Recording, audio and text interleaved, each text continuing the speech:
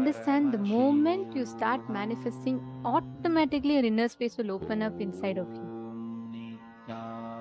Now, in this same space, as you're all manifesting, don't worry, we'll be continuing to manifest this further as well. Now, as you're all manifesting this, we'll be entering into the next session where we'll be learning about leadership consciousness, Ishwaratva.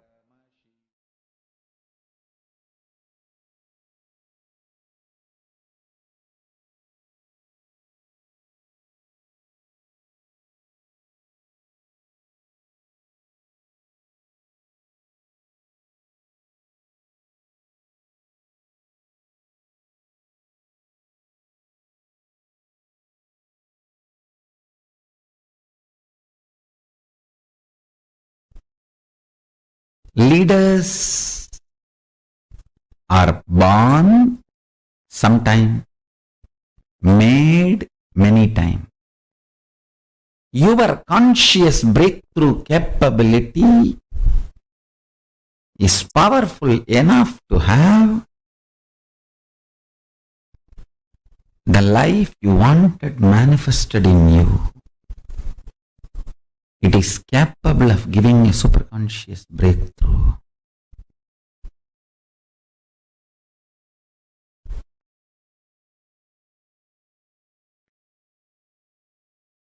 Understand our Vedas and Agamas, Dharmashastras. In every level, they teach you how to hold the powerful cognition and manifest leadership consciousness in you. You should know Advaita is not something like a remote possibility you will practice later on. No. It is as simple as having a morning breakfast. You can get enlightened by holding the powerful cognition before your next breakfast.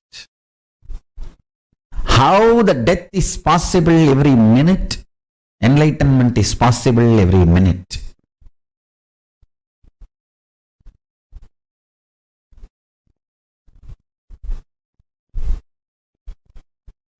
Enlightenment is the purpose of life, and listen carefully. He is such a good person, good being. Real non-violence comes by powerful cognition. I want all of you to hold on to that powerful cognition. You are Paramashiva. Even with you, behave as Paramashiva. Even when you are alone in your bedroom, talk to you as Paramashiva. Behave with yourself as Paramashiva. Demand yourself to be Paramashiva. You will be so integrated to his principles, his vibration. Cosmos will feel so good about you. You will feel so good about Cosmos. That is what I call leadership quality. Feeling so good about you and the world and life and everything is leadership. You will feel Brahmanyam Bhaguputratam. I am the favorite chosen one of the cosmos. Brahmanyam Bhaguputratam. I am the favorite chosen one of the cosmos. I tell you. Feeling that is what I call leadership quality. That can happen just by holding on to the truth. You are Paramashiva.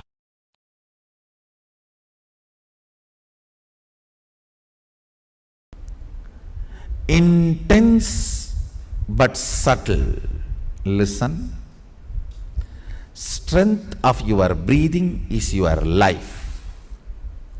Strength of your breathing is your energy. Strength of your breathing is your consciousness.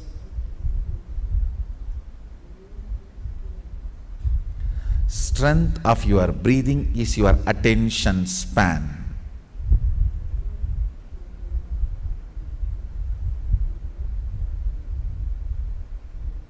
All these kriyas make your breathing intense but subtle.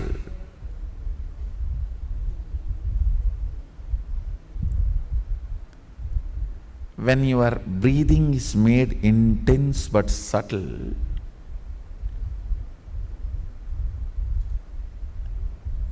it electrifies various components of your brain. Understand? There are certain pranayamas. It expands your lungs capacity. It expands the Anahata chakra's power. Means ability to include large number of people in you without judging. Understand? More and more you judge, more and more you exclude. Ability to include without judging is expanded through certain pranayamas. That is why yogis are always become very loving people. But bondhus, buddhus, there is a next level where you form judgments but you include them. When certain components of your brain is awakened, it's not that you don't form judgments. You form judgments, but you don't include them. You don't exclude them, you include them. Having proper judgments and including them without excluding them is leadership consciousness.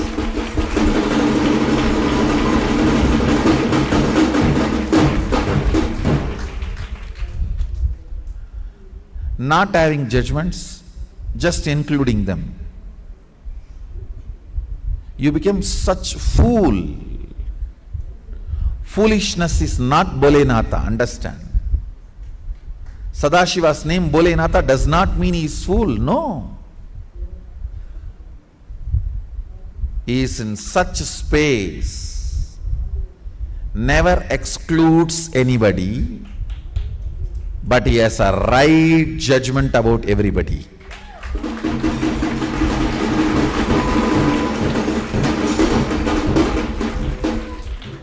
Never excludes, but has right judgments. If you exclude because of judgment, you are violent. You will be lifeless. If you include without judging, you will be fool, getting exploited, cheated, finally destroyed.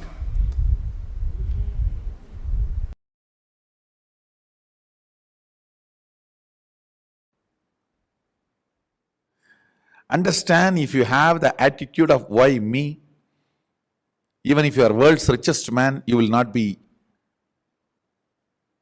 in the space of completion and relaxed. Just if you develop this one understanding of tyaga, I don't care about ups and downs. My conscious decisions and conclusions are my life. That's it. That's it. That tyaga will manifest in tons of ways, like how tyaga is manifesting in me. I have decided to be ferocious with me and decided to go and be in the temple.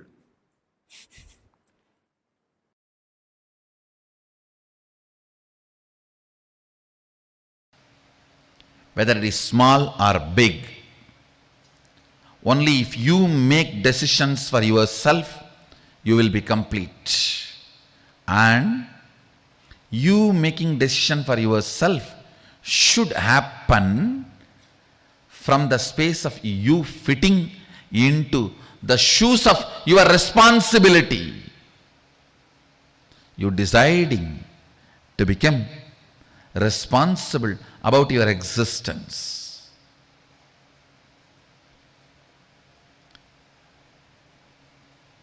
Understand? You deciding to become responsible about your existence. You deciding to be complete about your responsibility. This too makes Ishwaratva happen in you. Understand? Nothing. There is nothing to be achieved in the life other than living Sadashiva and making the world live Sadashiva. Everything else is simple waste of life. Waste of life. You are born deluded into the concept of money, and you run, suddenly collapse. Whether you are successful in saving or not unsuccessful in saving, whether you had it or did not have it, both doesn't matter. You have not even done some good to somebody.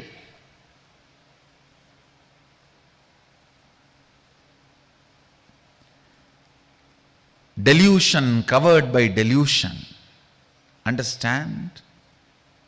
Money is great if you use it to fulfill your purpose, if you generate it to fulfill your purpose.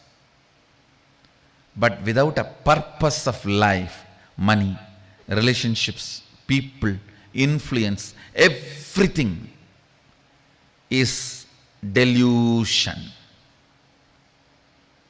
By its own existence, which does not bring power, is delusion.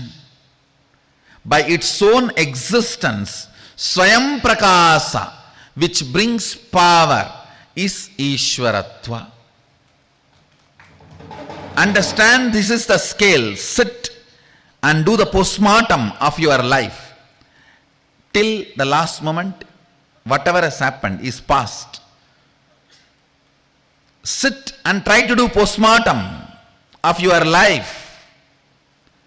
What is the component of me which does not empower me by its very existence? What is the component of me which empowers me by its existence? Purpose always empowers you by its existence. Infrastructural support never empowers you by its existence. It can empower you only if it is added to the purpose. Purpose is the one, everything else is zeros. All zeros will have value when the purpose is added to it.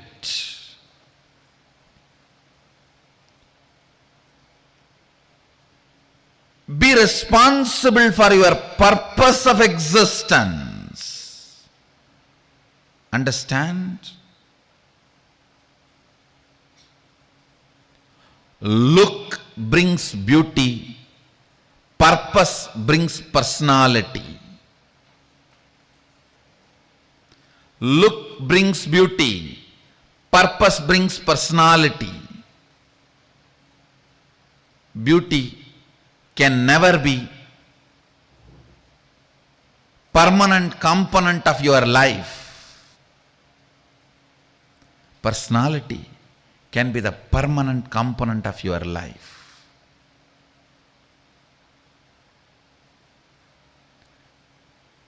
The relationships which are built because of your personality are the most stable, permanent, empowering relationships. The relationships which are built because of your look will collapse the moment look changes. Look changes every 24 hours. Forget about 24 hours. The distance changes look. From distant, looks Just the reduction in the distance takes away the look. So all look-based relationships, look-based decisions will bring powerlessness and instability into your existence. That is choice. Listen. All these words understand. Choices, multiple choices, look-based decisions, unstable relationships. All these words, somehow it will be connected. Infrastructure without purpose, influence without purpose, money without reason. All these can go on stealing your life because it is delusion. It will show as if you have something, but you don't have. You don't have. Purpose. Purpose. Purpose.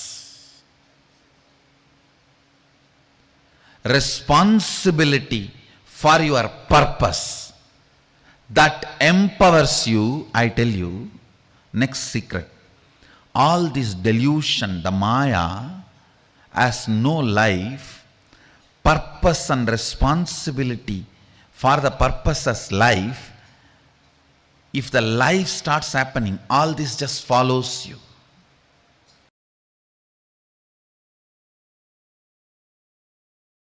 The horses in the army which runs in the front always wins and comes back. Which are in the behind and gets pulled, dies before even going to the war field.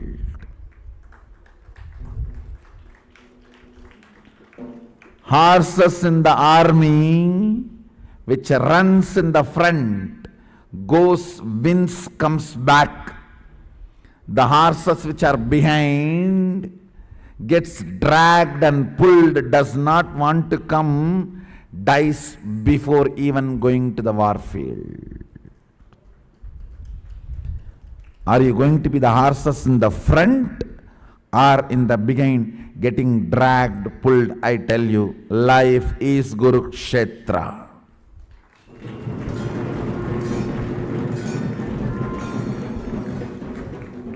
If you decide to be responsible, you are the frontline horses. Go, conquer, win, achieve, be victorious, manifest Shaktis. Or be there getting dragged. Naturally, rope is in the neck.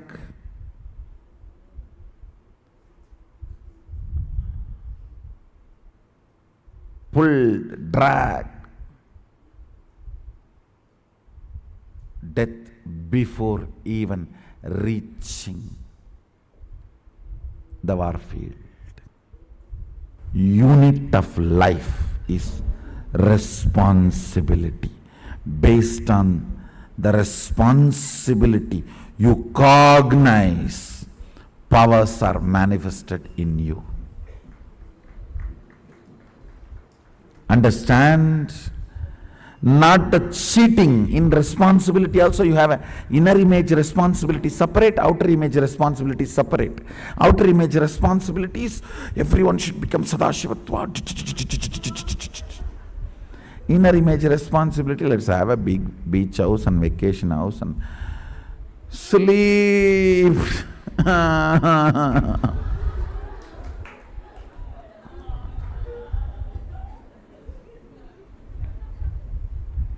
Taking rest is a preventive method to stop being affected by the disease of chronic fatigue. So before the tiredness disease attacks me, let me take preventive measurement of taking rest.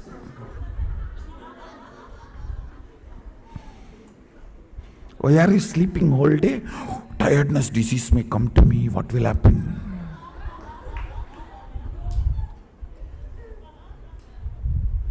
Let me take rest and stop tiredness coming to me.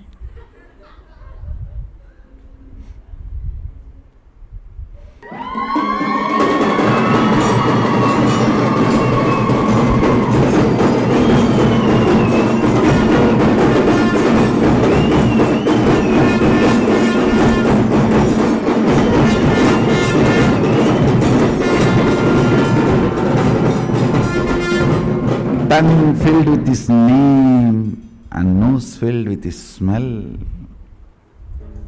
skin filled with his hug.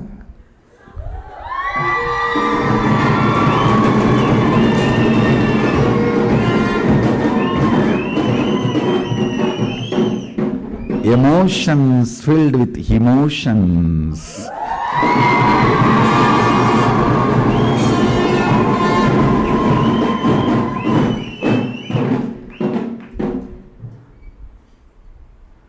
Nyasa means purifying. That is why Anganyasa, Karanyasa. Sannyasa means purifying everything. Sarvanyasa is sannyasa.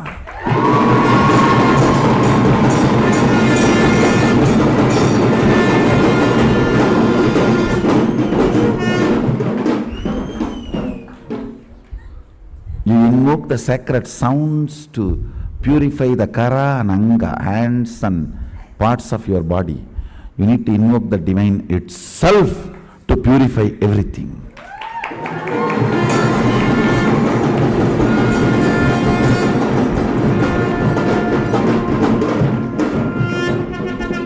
Your will filled with his responsibility.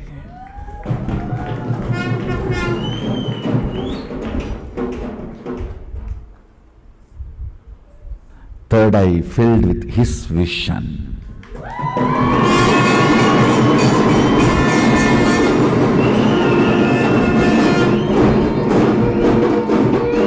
Two eyes filled with his vision. Third eye filled with his vision. Two eyes filled with his vision. Third eye filled with his vision.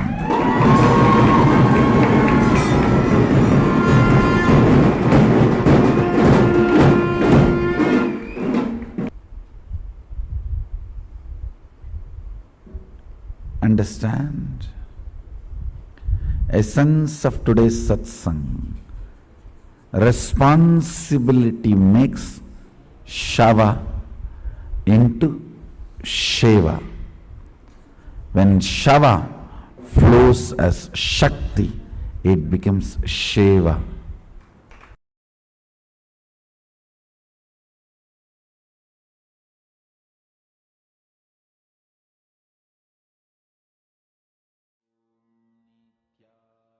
Nithyananda Paramashivoham.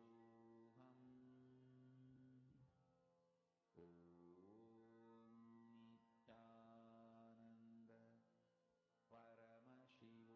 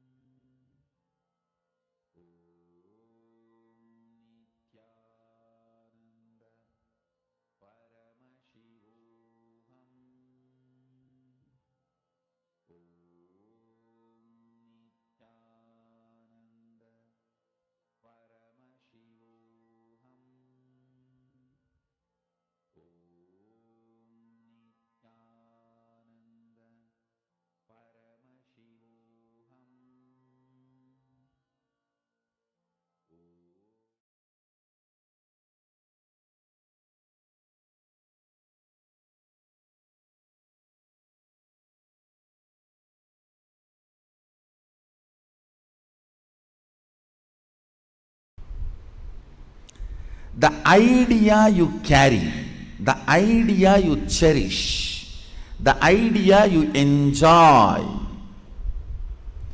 being your own boss. What do you think as being your own boss? That need to be corrected, aligned. The first principle is correcting, aligning the blueprint. Drop the paper and pen. First listen. I don't think you need an enlightened notebook after the program. You need an enlightened being after the program. I know what I want, but still I am not able to manifest. Be very clear. You do not know what you want. You are hardwired to manifest what you want. If you are manifesting difficulties, sufferings, and torture, that is what you want, be assured. Be informed that is what you want. I am not insensitive to you.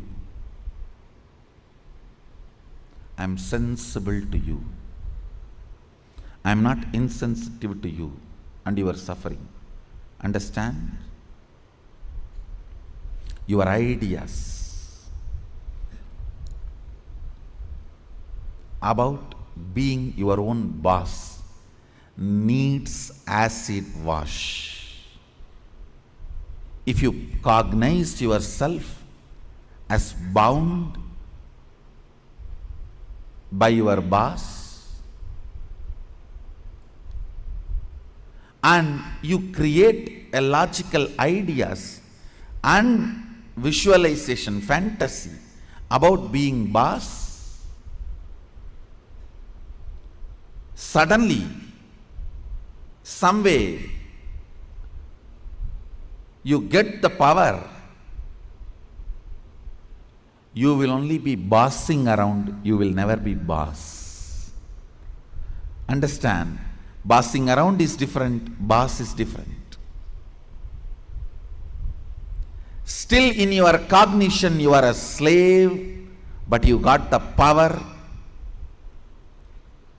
then you will be bossing around. The first principle, acid wash your blueprint with completion. Understand? Whether you want to manifest wealth, whether you want to manifest power, whether you want to be your own boss, starts with the first principle. What is being your own boss? You decide your health. You decide your whole day. You decide what you should do, you should not do. Above all, you decide your mood whole day, how you should be and how you should not be. Deciding not just your moves, deciding your moods. Understand? Not just deciding your moves, deciding your moods too. Be your own boss means not just deciding your moves, deciding your moods.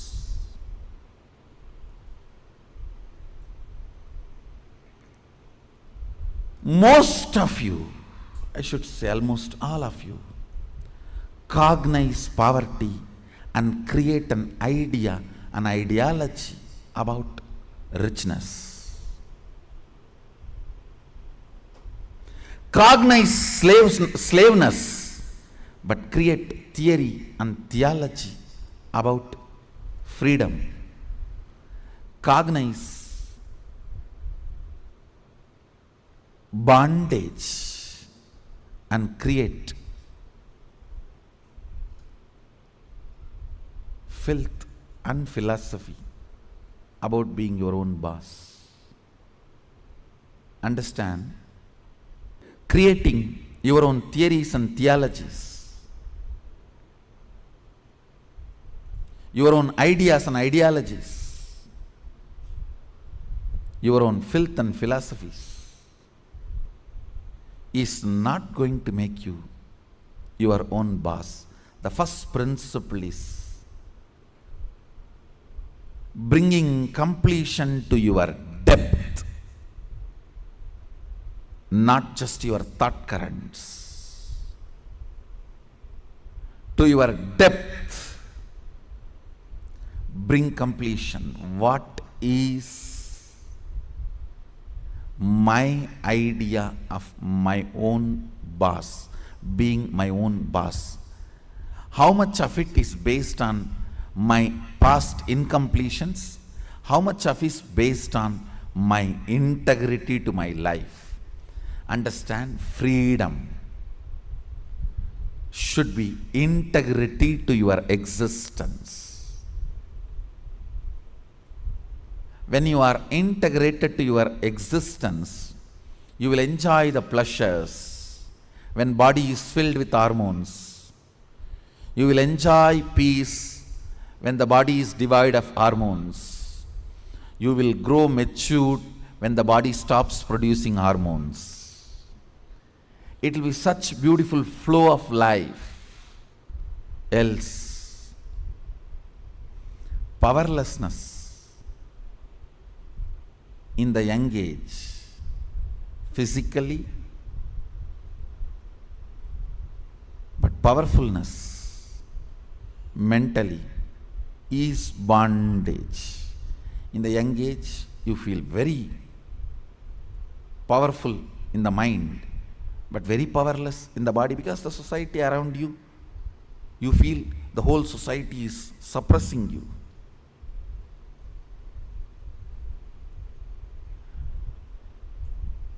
When you are old, the whole society gives you freedom to do what you want, but you become powerless physically. This whole conflict will not happen. Understand?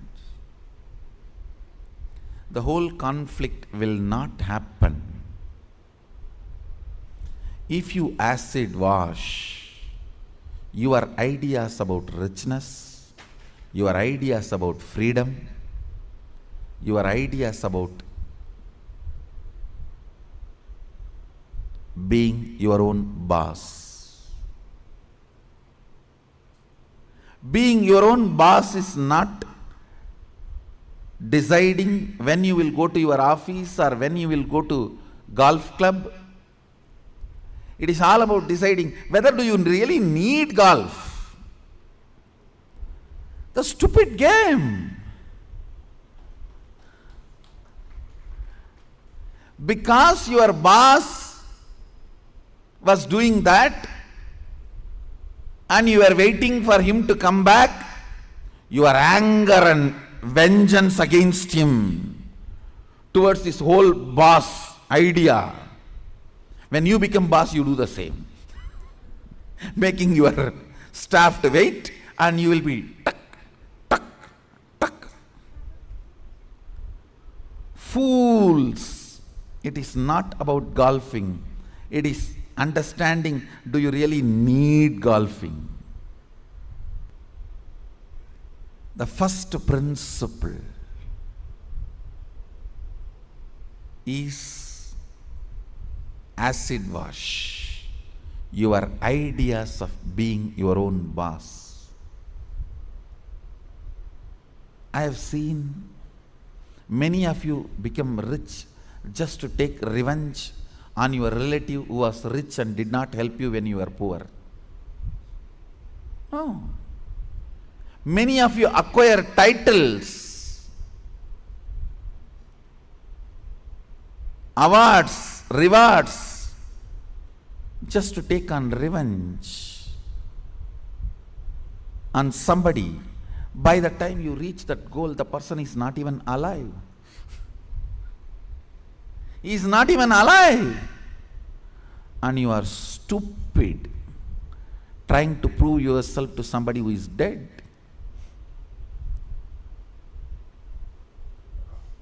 look around and look in. Look around and look in. What is your depth? Understand your length. Logic creates ideas. Your breath, heart converts that ideas into ideology. Your length, logic creates theories. Your breath, heart converts that into theologies.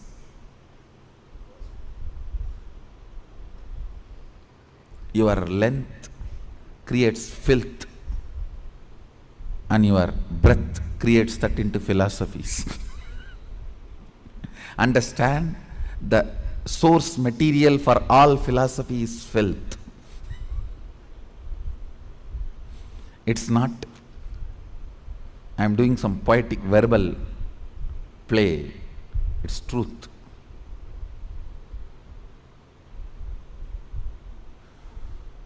If at all I am able to destroy something on the planet Earth, first thing I will destroy is philosophies. Philosophies kept human beings away from philosia, darshana, the reality.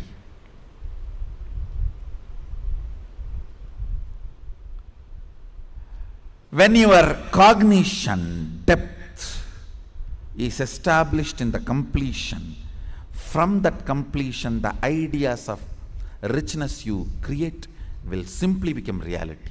From that completion, the idea of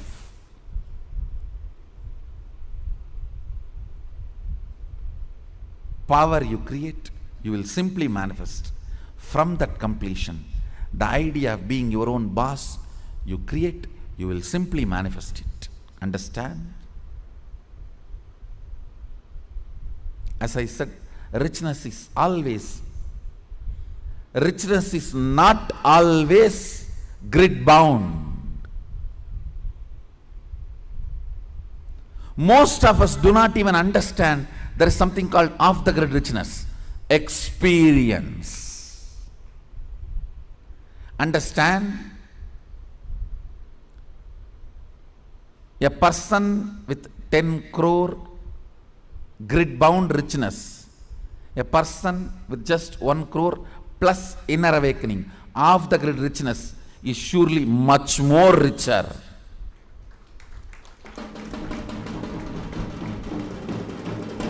Understand? Unfortunately, if you cognize the idea of richness, if you think, if you create theories and theologies of richness, when you are perceiving poverty in your life, you will only think 10 crore is richness, not the off the grid richness, the experiences as richness of your life. I have seen these stinking fellows. Stinking means believing only grid bound richness as richness. Stinking with money and no experience of life. When you leave the earth, when you leave the planet, your experiences carry you, not the grid bound wealth. Understand? Grid bound wealth is useful as long as you are grid bound. Death is the greatest freedom you receive from the grid.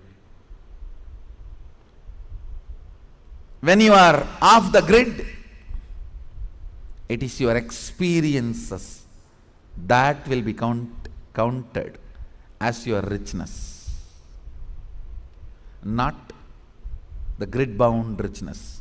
Grid bound richness is great as long as you are bound within the grid. Look into your ideas of richness. Look into your ideas of powerfulness. Look into your ideas of what is being your own boss. The moment I utter the word be your own boss, you think I can design my whole day, all my moves. But you don't understand. You will be real boss only if you can decide mood of the whole day also, not just moves of the whole day.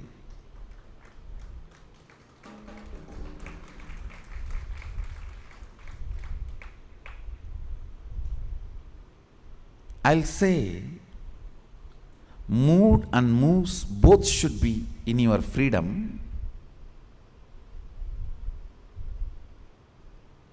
If I have to choose, I'll choose the moods than the moves.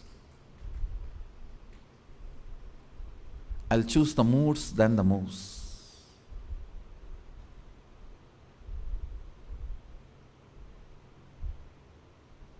When you are not able to handle your moods, better to be slave of somebody who has a best mood. That is 1,000 times better than having only freedom to change your moves but not moods.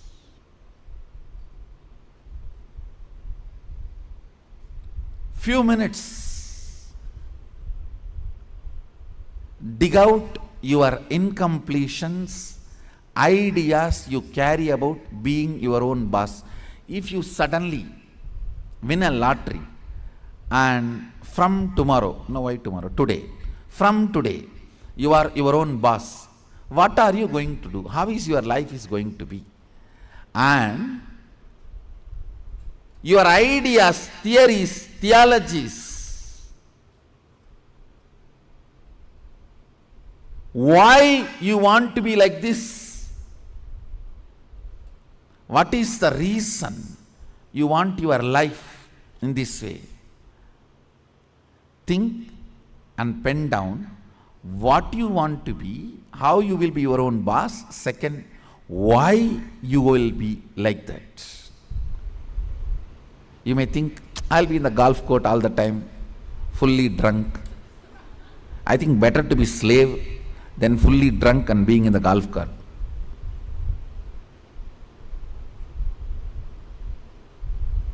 Why you want to be like that? Because that is what is your idea of being your own boss when you were a slave.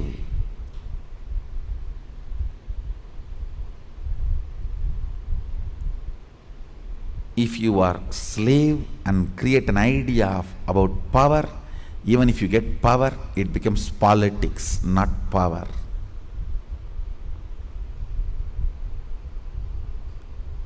If you have an idea of poverty and you get wealth, you don't become wealthy. Wealth stinks around you. That's the reason we are poor. Look into your ideas of poverty, ideas of wealth, ideas of slavery, and ideas of powerfulness, ideas of being a worker, ideas of being your own boss. Write first ideas. Second, ask why that idea got developed into your system. You will understand your incompletions. Incompletion means the past thoughts, emotions, patterns, hangovers, residues sitting in the present and suffocating you, not letting you live your future. Understand? Even if you live richest life as per your imagination which you developed when you were poor, you will not be living rich life. You will be living the rich life as you imagined when you were poor. It will only be the poor man's rich life. It will only be the worker's boss life. It will only be the slave's free life. More than richness, you need to understand what for you need rich life. More than power, you need to know what for you need power. More than being your own boss, you need to know why you want to be your own boss. The first principle is acid wash your incompletions. I'll lead you into the second principle after this. So take few minutes and pen down why you want to be your own boss. What do you mean by being your own boss? Pen down the answer for both the questions. What you think of being your own boss, your ideas, and why you want to be your own boss. Please pen down answers for both the questions. The second principle, understand? I'll repeat the first principle. First principle is acid washing your idea of be your own boss, and what do you mean by being your own boss?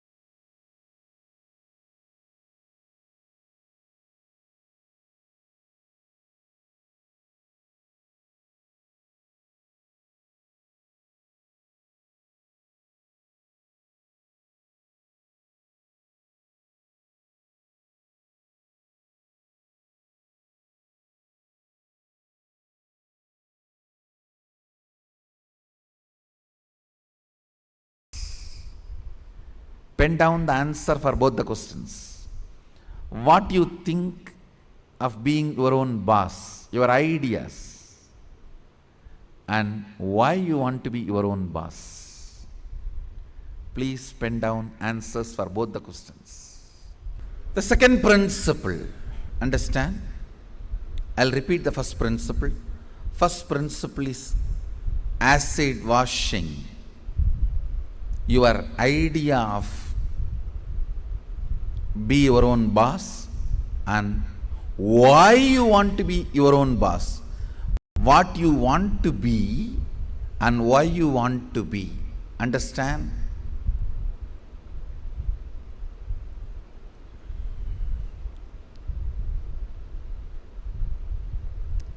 Knowledge, clarity, Saraswati, understanding is the foundation on which anything can be built.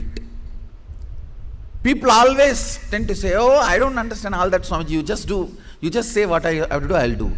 You will not do if I just say. Even if I make you understand, you won't do. It's different. Whenever people come and tell me, oh, these are all too much, I cannot understand. You just tell me what I have to do, I'll do. I have always seen those people are worst failures. Understanding is the foundation. It's a basic necessity. Please understand. It is from your understandings you collect cognitions. Cognitions. From cognitions you manifest.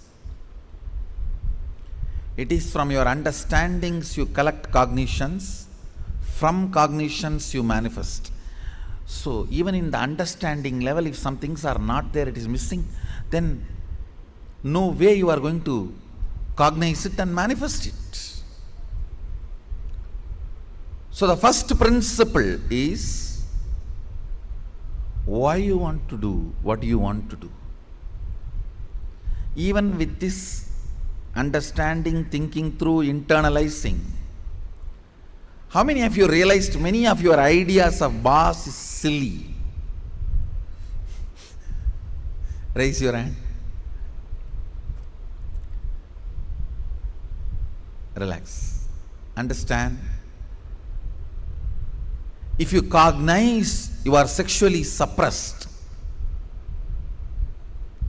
and your idea of freedom, the moment you grow up and get your freedom, first thing you will do, you will become a womanizer. If you cognize you are deprived of food, playing, anything, the moment you get a chance, first thing you will do is going to the other extreme. No extreme is freedom. Understand? No extreme is freedom. Powerfulness is freedom. When Sadashiva describes about the dress in the Agama, Sadashiva beautifully describes about food, dress, place of stay, such precise definitions. If you are new to Hindu tradition, I will introduce the word Agama. Agama means Sadashiva expressed, Devi received, and Vishnu adopted that as a software to run the universe. Agama is oldest and most updated software to run the universe.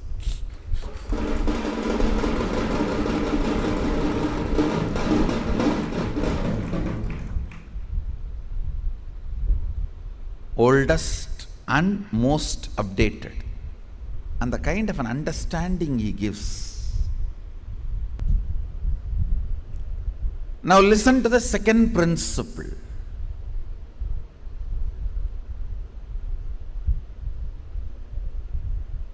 Neither your ideas about being your own boss is right, nor they are wrong. Listen carefully.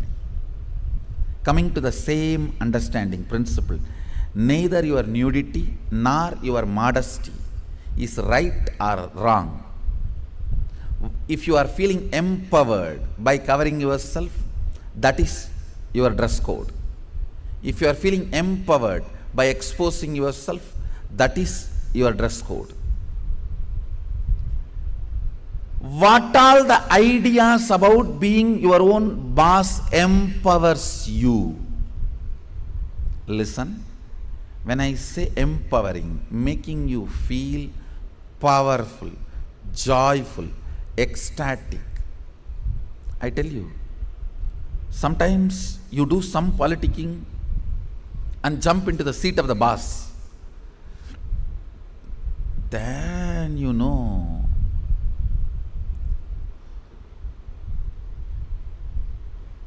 from where you jump to where.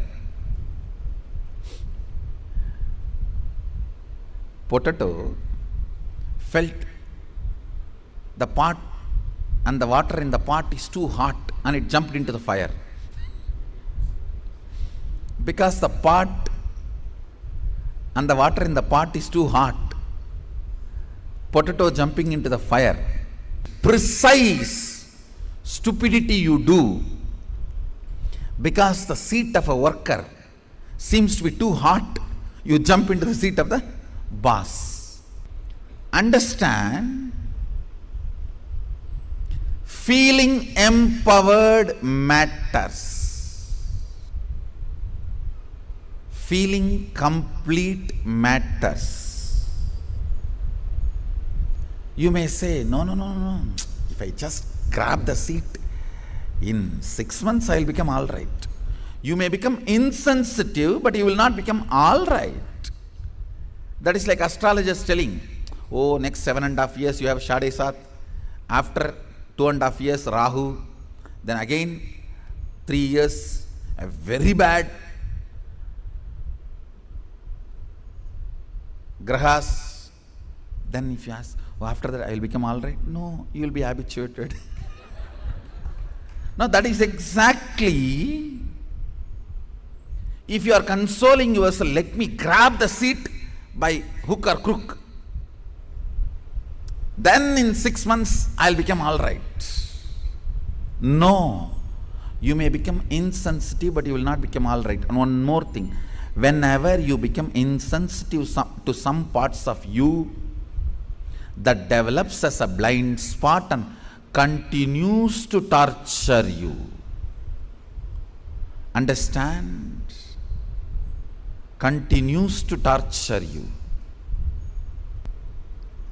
Completion matters. Feeling empowered matters. To be your own boss. So second principle, listen. Second principle is completing your cognition of slavery, being a subordinate, being a staff, being worker, not being boss. Completion is the second principle. Of course, third principle is responsibility. I call it responsibilism. I want to make this responsibility as a religion. As on now, the religion we practice, at least in India, 3C: cricket, corruption, cinema.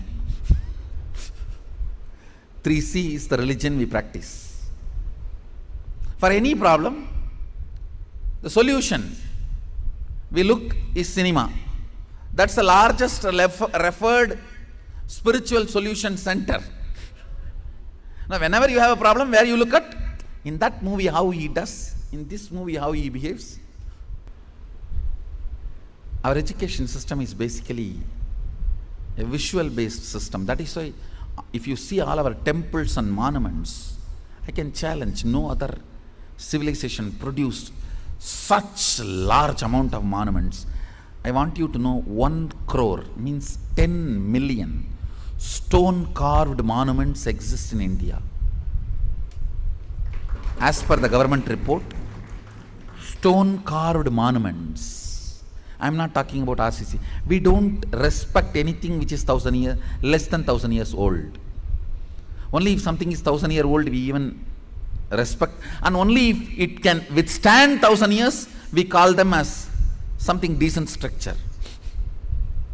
See, because basically our cognition is janmas, not birth. Understand? Janmas. Janma is different from birth. The word birth is not complete translation of the word janma. Janma means happening. It's from the samdhatu, sambhava. Janma. Birth means it's totally different. The very idea of birth is totally different. Born. We don't believe in birth. We believe only in happening. Sambhava. We are happening. Born means something created out of nothing. No. We are sambhava. Happening. Listen to this truth. The second principle is completion with all the reasons with which you are living, the reasons which are pushing you to become boss. Understand? When you, any reasons you have to become boss, relive them. If they are powerless cognitions, incompletions, they will die. If they are powerful cognitions, they will become strong. That's all. See, reliving is literally acid wash. All the unnecessary things will be washed, necessary things will be strengthened. Listen. Reliving is nothing but manana in Vedic tradition. Internalizing. Many times you grab out of greed and that does not get digested. That's what you need to sit and chew. Ideas also you grab out of greed, but it does not get digested. It sits inside your head undigested. Digesting them is manana. Digesting all your logically, emotionally accumulated, acquired ideas into your cognition properly is completion.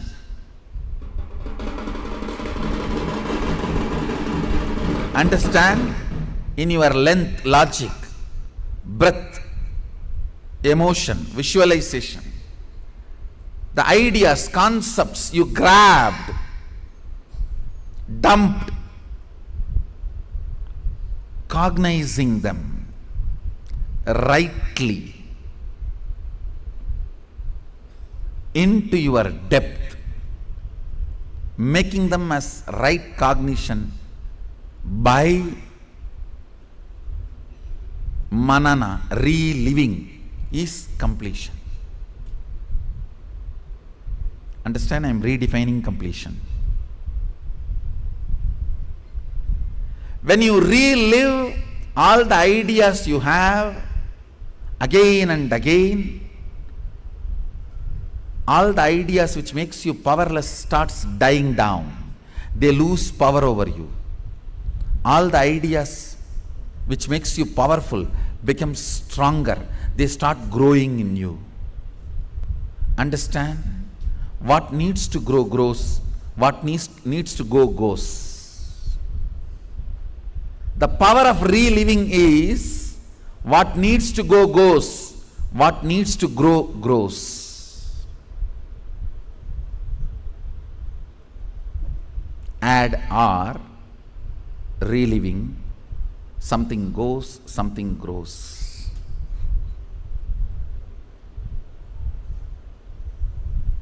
Let me explain clearly the principle of reliving. Listen to this principle. Whatever you wrote as reason, why you want to become a boss, do not judge those reasons. Just sit and relive the situations when you took those decisions. Just relive them, means visualize and see again and again exactly as it happened. In which situation you decided you have to take revenge on this fellow by becoming boss. I'll throw my visiting card on his table. I'll throw my visiting card on his face. I'll throw my shoes on his face and my tie on his neck and tighten the tie. You may have what all I don't know. The situations during which you took the decision to become boss, the reason you want to become boss, relive them. Whatever you wrote, can you just read for few minutes so you can understand what I am saying and enter into manana, reliving. Now, relive every situation in your life in which you decided to become your own boss.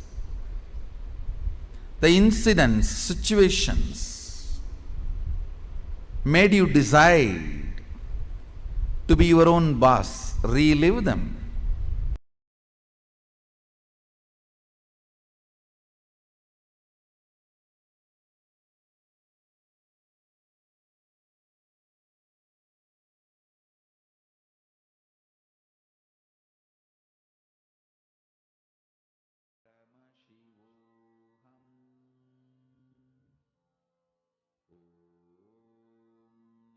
Nithyananda Paramashivam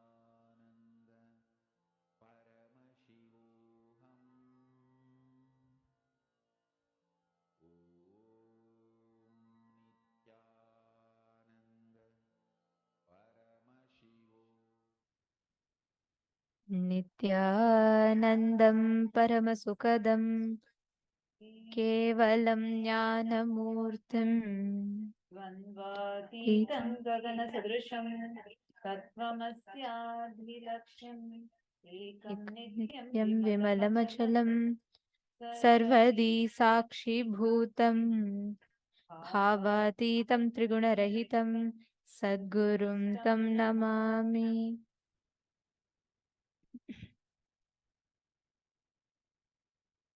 Nithyanandam,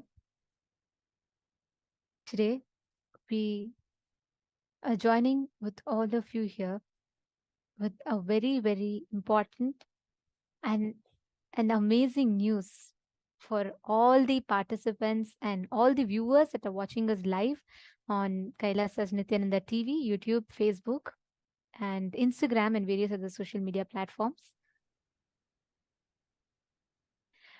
We've been sharing with you all about the attacks and the persecution that has been happening on KAILÄSA Trishulam, and how the land that was offered by one of the devotees with immense love to Swamiji and the commitment that Swamiji had given to that devotee. And just for that commitment, how Swamiji stood despite all these attacks and made it happen.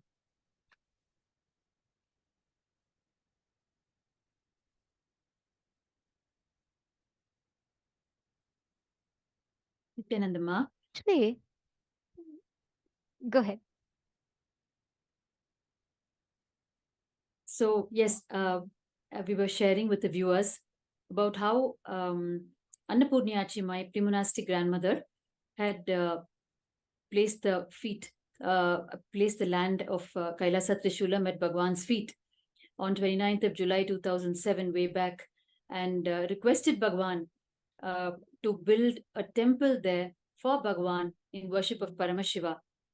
And she also requested Bhagavan to liberate her by being physically present beside her in her last moments, and Bhagavan fulfilled both her wishes.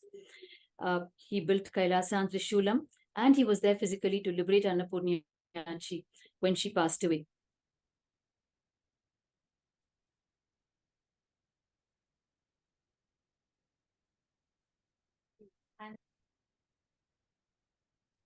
And we also shared with the viewers on the 15th of August, just a few days ago, there was a huge attack on KAILÄSA and Trishulam, and how on the Independence Day of India, which is supposed to be a national holiday, the deep state elements came along with the JCB machine, and they actually demolished the compound walls of KAILÄSA and Trishulam, and they beat and drove away all the livestock, and there was a lot of atrocity that happened there on the 15th of August.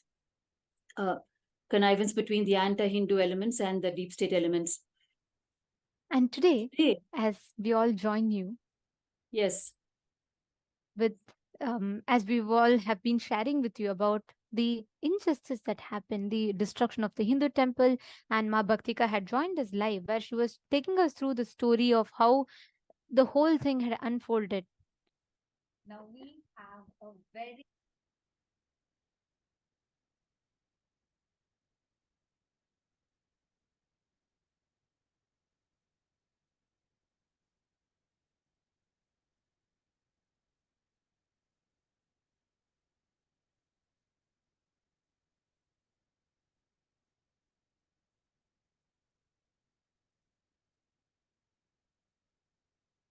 sorry for the technical glitch.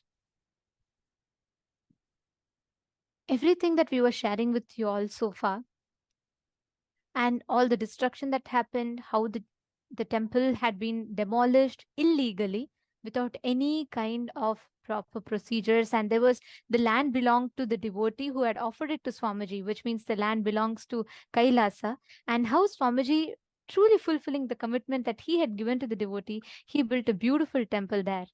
And the encroachers had illegally, using the support of the deep state elements, destroyed the entire KAILÄSA Trishulam and brought it to grounds.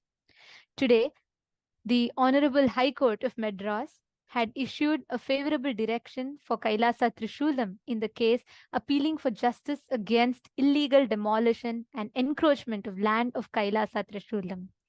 And today is a very, very important day because the Honorable High Court of Madras questioned and demanded an explanation on the illegal demolition of Kailasa Trishulam Madinam by the deep state elements. And the Honorable Court has ordered to explain the atrocities against Kailasa Trishulam by the 7th of September 2003. And the court has taken a very strong stance against this illegal demolition of Kailasa Trishulam. So the Honorable High Court of Madras has ordered to explain all these atrocities against Kailasa Trishulam by the September 7th, 2023. So this is a landmark and a very, very important milestone for Kailasa. And today we're joining here to share and to celebrate this victory with all of you. And not only that, Ma, the Honorable High Court has ordered that Kailasa Trishulam it should be protected with the order of status quo and no further damage or danger can be done to it.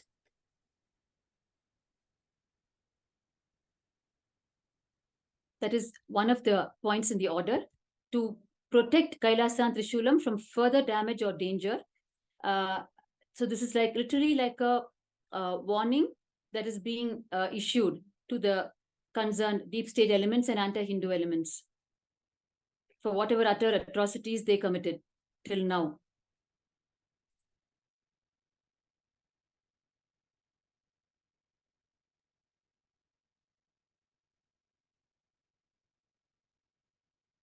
Kailasa, most importantly for Kailasa, this is a very, very important happening because for the number of years that Kailasa Trishulam had served that entire community around, whether it is Annadan, whether it is free education, offering free programs, courses for the public, healing service, and so many things. The temple, Swamiji had actually revived a very beautiful temple. That is why it is called Kailasa Trishulam, because just in that vicinity, there's a beautiful temple of Paramashiva, which unfortunately has, that whole temple is not, the tradition, the ecosystem of that temple was not complete. The ecosystem had been died down. And now Swamiji had revived Kailasa Trishulam to revive that beautiful ecosystem of that Trishulanatha temple, keeping that whole ecosystems of a temple alive, and through that to serve the community in and around Kailasa Trishulam. And this Kailasa had done lot of services, and also there were a lot of attacks continuously by the anti-Hindu elements, the deep state elements, and using henchmen, media, using the different institutions, they were trying to attack Kailasa Trishulam, to shut down Kailasa Trishulam. And despite all of this, Swamiji was standing strong with the stance to revive Kailasa Trishulam just for the commitment that he had given to the devotee. And today, very beautifully, this whole judgment marks an important milestone for Kailasa. And like Swamiji says, no matter what happens, Swamiji always stands by dharma, always stands by his commitment to the devotee. And the whole thing has just so beautifully unfolded. Absolutely. And so beautifully, Ma, Bhagavan has always taught us, you protect dharma, dharma protects you. You stand by dharma, dharma stands for you. And we are seeing it, we are experiencing it now in our lives firsthand. Many times we wondered, Kailasa Trishulam has been like a saga of persecution, right from the time it was handed over to Bhagavan. And it has been the triggering point of the huge attack on Bhagavan in the year 2010, when the deep state elements wanted to grab the property, Kailasa Trishulam, and what they went ahead and did, they launched one of the largest attacks on Bhagavan till date. So we've always questioned why should we be so good when so much is happening against us, when so much good is being done by Swamiji, why so much bad is being done to him by humanity. And Bhagavan has always said, you stand by dharma, dharma will stand by you. And today we are really seeing it, we are experiencing it, the truth of Bhagavan's words. Just a little bit of patience and will persistence. Bhagavan has displayed demonstrated huge will persistence, especially in KAILÆSA and Trishulam. Of course, we have had attacks continuously in all Kailasas worldwide, over 70 assassination attempts on Bhagavan's life. But Kailasa Trishulam has really been a history of persecution. And through this, today, with this order, really, we are seeing that we are understanding what Bhagavan meant all along, that you stand by Dharma, Dharma will protect you. And it's really a milestone order today. And the kind of the kind of protection the order is giving, saying, maintain status quo and no further danger or no further danger or damage should come to the property. That is what it says. And also, Ma Bhaktika, how does it feel for you as an individual who has seen the attacks and also seen the history of how this whole land was donated, offered to Swamiji out of the gratitude of your pre-monastic grandmother, and the experiences that she's had, the healing that she has had, the miracles that she and you, your pre-monastic family, as a family, all of you have experienced, and the blessings that Swamiji gave her, and just for that one commitment, how Swamiji stood. And you've also witnessed the continuous relentless attacks by the deep state elements. And today to see this victory, how does it feel for you? It's a real huge story end to end, Ma, with all elements in it. Starting from from the time we met Swamiji the first time in 2003, and how my grandmother in 2007 she decided to place the land at Swamiji's feet, because at every happening I've been there as a live witness. So it's like it's a very emotional moment for me, because on the one side, I really can't believe Bhagavan can stand so much for one devotee when there is so much happening today around him. Because it is beyond our human understanding. In our human realm, we don't stand so much for one person. So it is really beyond our grasp. And only then, we once again wake up to it's a divine realm, not a human realm. That is where it's coming from. So you can see here actually, Annapurnyachi, my pre-monastic grandmother, this is the day, 29th of July 2007, in KAILÆSA, Bangalore, on the occasion of Guru Purnima. She's actually requesting Swamiji, when she's taking her darshan from him, that she would like to place the land KAILÆSA Trishulam at Bhagavan's feet, and she's requesting him to build a temple for Swamiji there in worship of Paramashiva. And Swamiji is so compassionately and blissfully accepting her request. And this is the exact moment actually when she decided to place the land at his feet. So I still remember this moment very vividly. And today, this order, through this court order, it is like a for every soul to rest, for every being to rest. To what extent Bhagavan goes, for every soul to rest in peace, for the word is given to every soul, like how Bhagavan says, if I give a word to a being that I will enlighten them, I will give them enlightenment, it is my duty. I will stay till life after life, even that person is there. I will stay till the last person to whom I gave word gets enlightened. So, I'm seeing it happen. The one word he gave to the one devotee, the amount of attack Trishulam has taken, Bhagavan has taken, never once he deterred from the word or even thought of deterring from the word. And even when we used to voice it, he used to come across very strongly. He used to say, that is not the way you look at it. Life is all about integrity, and it is not that one attack happens, you go back on your word. In fact, I used to ask him, what is there? You can very well go back to them and say, I will talk to them, Swamiji, they will understand.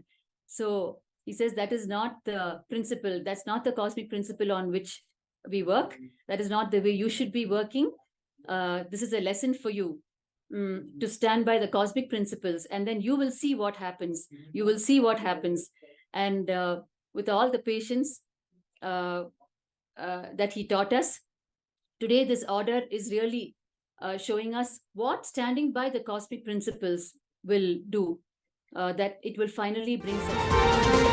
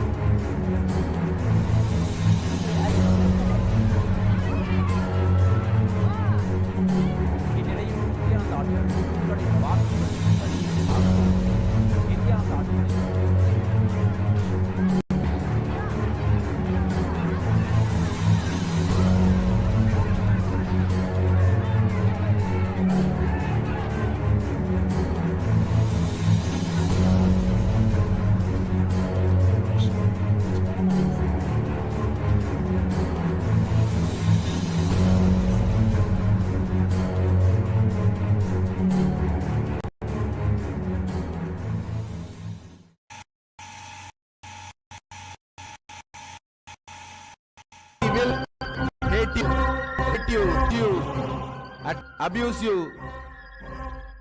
Beyond that, what makes you stand makes you what you are.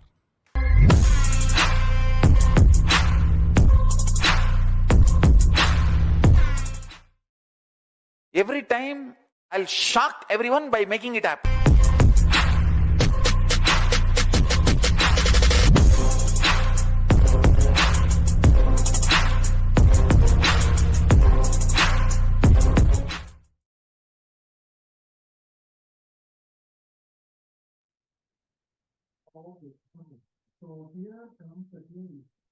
Understand? This actually is one thing where Swamiji will always say, right? Like, no matter what, whatever it takes, he will take it on him, and he will never ever give up on his vision for us, his commitment for us, or give up on us. He is just living that and showing. I mean, just this one thing. You see, every single thing that Swamiji has been declaring from beginning till now, he has always made it happen, despite of what kind of odds he may have to face for it. It's not just some kind of a disturbance happening outside or some kind of a small thing happening. It's sheer injustice. I mean, Ma Bhaktika, since you've been there from beginning, you've been seeing. I've been there since 2003. Now we are in 2023, right? And being throughout this whole time and witnessing every single, like the hard work of Swamiji from the ground level, from the scratch till now. And you've been seeing the kind of persecutions Swamiji has faced, especially this Trishulam, KAILΑSA Trishulam is very personal for you. I mean, it was your grandmother in front of your eyes. She offered it to Swamiji, and you were there in KAILΑSA Trishulam from the time it began, and all the kind of services that Swamiji has been doing there, trying to build that enlightenment ecosystem and build that temple, just with one boon that one devotee is asking. And Swamiji is doing that. And one more side, you're seeing these demonic anti-Hindu elements, the deep state elements. It's not just some small forces. These are like anti-Hindu elements that are there, that have so much of power in their hand and can manipulate it, use it to destroy, demolish anyone. And when you're seeing all of these, and now you are seeing that finally it is time that justice is coming. How do you feel about it? How does it make you feel? Obviously, it's a real moment of celebration, Ma. In many ways, the spiritually, Bhagavan is teaching us live through persecution. He's teaching us how Dharma wins, and taking the attacks on him, he's teaching us how Dharma wins. Only Bhagavan can do that. When the attacks are going on him, he uses the battlefield as your lesson. And even whether you try to run away from the battlefield, or it's almost like you feel you're Arjuna on the battlefield. You come up with so many arguments to him, so many reasons why we should not be fighting the battle, why we should move away, how dangerous it is. Whatever stories we have told him, like how Arjuna told Krishna, Bhagavan has consistently made us to stand by the cosmic principles and truth. It is like a live lesson on the live battlefield with the war going on. That is the feeling for me right now, Ma. And how at the end of it, only what Bhagavan said is the truth, and he's proven it on the battlefield as the war is going on. As latest as 15th of August, a few days back, the war was raging in Trishulam. We were also broken. And once again, we went up to Bhagavan and said, do we really need to be there? It is just one person's word. And everyone would like Bhagavan's body to be safe, and everyone would like the mission to be safe. So why don't we just leave it, And Bhagavan said, once again, I want you guys to learn. I want you guys to learn to stand by cosmic principles, come what may. And then my mind went back to when we asked Annapurniyachi way back in 2010, when the media barons and deep state elements were vying for the property. They wanted to grab it to build an airport there. And Bhagavan said, it is my word to her, to one devotee. If she's willing to change her stand, it is up to her. I will go with it. And when we went back to Annapurniyachi, she said the same word. She said, I have left it at Bhagavan's feet, and I trust Bhagavan will make it happen come what may. She said it in 2010. And we're now 13 years later. She's not in the body anymore. What she knew in her heart, in her simple heart, and what she expressed is what it is finally. That is the truth. That was the strength of her connection with Bhagavan. And between them, the trust between the two of them, now Bhagavan has simply demonstrated. We're seeing the court order today. We didn't understand at that time. Yes, but we understand just right today. now, I wanted to read also the responses from the participants here. So many of them have posted, so many of them are joining us to celebrate this victory. I see Ma Hongli Wong, Ma Hongzu has posted Dharma wins, and Ma Idil Lemo has posted gratitude to the entire Sangha of KAILΑSA temple in Trishulam, and great news, and thank you for sharing the great news. And so many people have posted about what you are feeling about this. Please understand, it is the result of the perseverance that Swamiji has shown, the unwavering commitment that Swamiji stands by for Hinduism. This is not an independent standalone incident. This just demonstrates time and again Swamiji's commitment, the way Swamiji stands for each time. And today, no matter what comes, whether there is an attack, whether there's a lawfare, whether there's a media trial, whatever happens, even something to the worst extent like an assassination attempt, each time Swamiji has stood so strong on his grounds to stand by Dharma. Nothing has ever made Swamiji think, oh, it's just easier for me to, say I can't do it and I don't need to face all this persecution. Swamiji always has that option, but never once has Swamiji even wavered a little bit, not even thought or expressed any kind of a doubt, saying I will not be able to do it, or I may not be able to fulfill this commitment. Not at all. Like Ma Bhakti was saying, even when we went back, even when she said, even when she went back and told Swamiji, it's okay, Swamiji, I'll speak to my family, no need for Swamiji to build the temple. Swamiji said, no matter of that, no question of going back on the word. That is Swamiji's commitment. We can see how Swamiji actually made it a temple with deities, annadan happening, And this is all free organic sattvic meals being distributed to children and school going kids, and homa being performed, conducted for the community around, for the peace of the community, for the well-being. We can see grand pujas, grand yajnas, homas, all of these were offered completely for free for all the devotees and all the common public from around to come and benefit from these extraordinary sevas that were offered. So many people had been benefiting from this, and despite of all this, there were continuous relentless attacks that were happening. The mob lynching, the destruction of the whole campus. Each time, Swamiji only came back, built it again and again and again. And finally, here we have justice is served. Mahongsu is saying very inspiring, empowering, very completing. I just remember one thing that Swamiji says, universe has no choice but to follow me. I mean, look at the strength with which Swamiji, no matter what, come what may, he just stands by his vision, mission, sacrifices everything else, going on, contributing. And now we see Paramashiva can never lose. Understand? Actually, today's darshan that we are going to be having the darshan of Bhagavan Tripurantaka Murthy.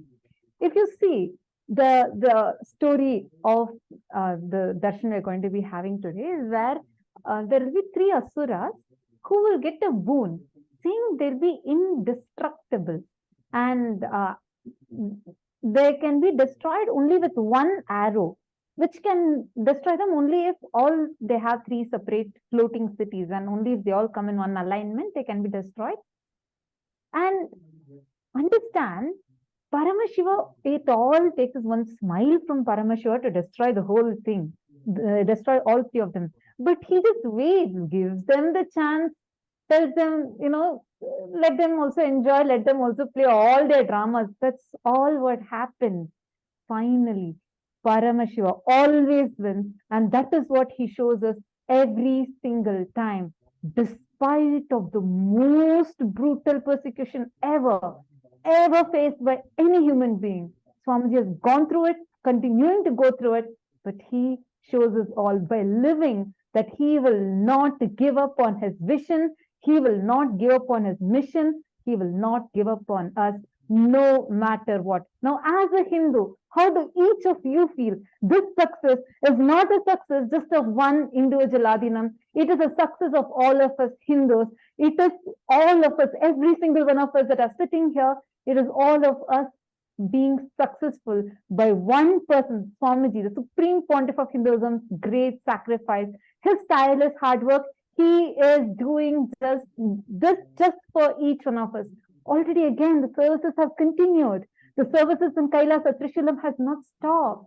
The sannyasi has not stopped living over there. The enlightenment ecosystem getting built has not stopped. Understand? Even now, Swamiji is continuing everything over there. This is the way how Swamiji lives. The kind of brutal attacks and the kind of persecution we all have faced in KAILΑSA Trishulam is not a joke. It's not a joke, Ma. Way back in 2017, one of the largest attacks happened on KAILΑSA Trishulam. We were there on the there at that time.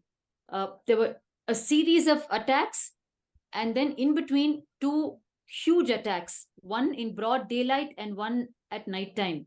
And you're seeing in front of you, actually, as I'm talking about it, they did every conceivable, inconceivable way of attack. They actually, hundreds of them entered our property with crude weapons. It was like rock stones, chains, rods, and they just raised the whole property to the ground. Any bit of infrastructure they saw, they actually smashed it. Right from the water tanks to the electricity, to the CCTVs, to our laptops, our computers, they entered our work areas. We were in containers at that time, the container offices and rooms. Yes, actually, Ma, we can see here the violence of the mob as they are overturning the whole vehicle. This was the same Ratham that went around the campus, distributed free food. These are the same monks who were healing the entire community there. And you can see their stays broken, glasses are shattered, and they're in the fear of their life. They were all just sitting here and there. The entire campus, bit by bit, was demolished. You can see the Ratham, how it is destroyed, how the same vehicle that served the free food, that distributed, made so many healing services around. You can see how the mob instigated. Each of these are not the common public. Please be aware, these are all the henchmen planted there. And we can see how they all came. They were destroying every piece of evidence there. You can see how they're breaking the CCTV cameras, all the footages. You can see how they are breaking the structure, the temple inside which all the monks were staying, the monastery campus inside which a simple monastery campus, it is just a simple thatched roof, a container, and you can see how these people are breaking the CCTV cameras to destroy the evidence. And after all these attacks, justice has been served. The mob henchmen instigated by the anti-Hindu deep state elements threw stones. You can see how they're throwing the stones at our sannyasis. Our women were raped. Our sannyasis were brutally beaten, and they were stoned. The whole campus was brought to grounds by a group of henchmen, an angry mob instigated by the deep state elements. The very same people who are supposed to protect the deep state stood silently and watched as the whole attack unfolded.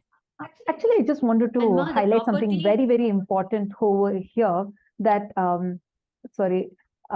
I just wanted to highlight something over here. Ma, Bhaktika, you were there during this attack in 2017 when this happened. You were there, right? And how, at that time, I know the kind of attacks, it is something unthinkable. But, and if Yes. any normal person would have been faced with that attack, they would be even psychologically broken, shattered, and sometimes even ended their lives. Like, because it's in multiple levels, right? I just wanted to ask you now, what made you and all the other sannyasis, because this is a question that's I keep seeing many of the participants also ask. Because if anyone else was there, people would have just felt like, oh God, I don't want to go through all of these. I'll just give up. I don't want to be a sannyasi, and may drop off and go. But what is that, what Swamiji was responding, and how did Swamiji, heal each one of you, empower each one of you, which made you feel like, hey, no matter what, I'm not going to give up on this. Come what may, I'm going to just live what my guru, my Swamiji is telling me to live. And I know Swamiji is there to protect me. What is it that? What is that which was continuously making all of you, even though you all were also faced with such brutality, what did Swamiji do? What was Swamiji's response, which made you feel like, I am going to continue being here and I'm going to stand with Swamiji? Because, like, what is that? Because, like, what was it? Can you share a few words on that? Ma, actually, the way the events were unfolding, it was happening very, very fast. One attack after the other, one attack after the other. Literally every day we were running to the police station with some complaint or the other. One day, it would be hurting our religious sentiments. And then the next day, it would be accusing our male sannyasis of outrating the modesty of their women, the attackers. Another day, it would be like different sections of the IPC of the Indian Penal Code. They were trying to frame us. And then these huge physical, brutal attacks that you just now saw happen. As this was happening, like you were asking, what is it that made us stand through it? When there was not even, the beauty of it was the way Swamiji empowered us. There was not even an iota of thought in us about stepping back or any bit of fear or any feeling of overwhelmed by the attack, because this doesn't happen in your normal life. Literally, we've seen it only in horror movies, right? But this was happening in our own home. Like hundreds of people just coming on your face with all crude weapons and hurling things at you, and this doesn't happen in normal life. But the way Swamiji has trained us all these years spiritually, the way he has nurtured us spiritually, all of that we felt it. That is what stood by us. Then only we realized Swamiji has done a huge job inside each one of us, which we ourselves don't know about. Only when such a Actually, I just situation want to- comes, we are waking up to it. When there is a normal day, you don't wake up to it. But when you're faced with something like this, which, like you said, people outside cannot even conceive, they would have probably just fled out of their own property. Even if it is their own property, they would not have been able to stand there because the attack was so physical and so brutal. So they would have probably left their own property. It is Swamiji's spiritual depth that he has given us, even without our own knowledge all these years, that made us to stand. And even now, when I think back, how did I withstand it? Even I don't know. Even I'm surprised that how actually is the did I statement. withstand it. Exactly. Actually, I just want to highlight something over here, which is this is being Swamiji's sannyasi. This is exactly what your life is, to be as Swamiji's sannyasi. Understand, no matter what. Yes, it was a brutal persecution, but Swamiji will ensure he will take all the arrows on him. He will just shield you. He will stand as a shield for you, protecting you. He'll take all the arrows on him and end. He will only give the credit to you. This is the life that each one of us have been living as Swamiji Sannyasi. If any of you here who feels like, I want to be a part of this cause, and if you are still not married, if you're single, jump right in. Understand, this is like, I saw a comment the other day. Someone had posted saying this is like a jackpot we are having. Yes, it is, because here you have Paramashiva, who's in the physical form with us.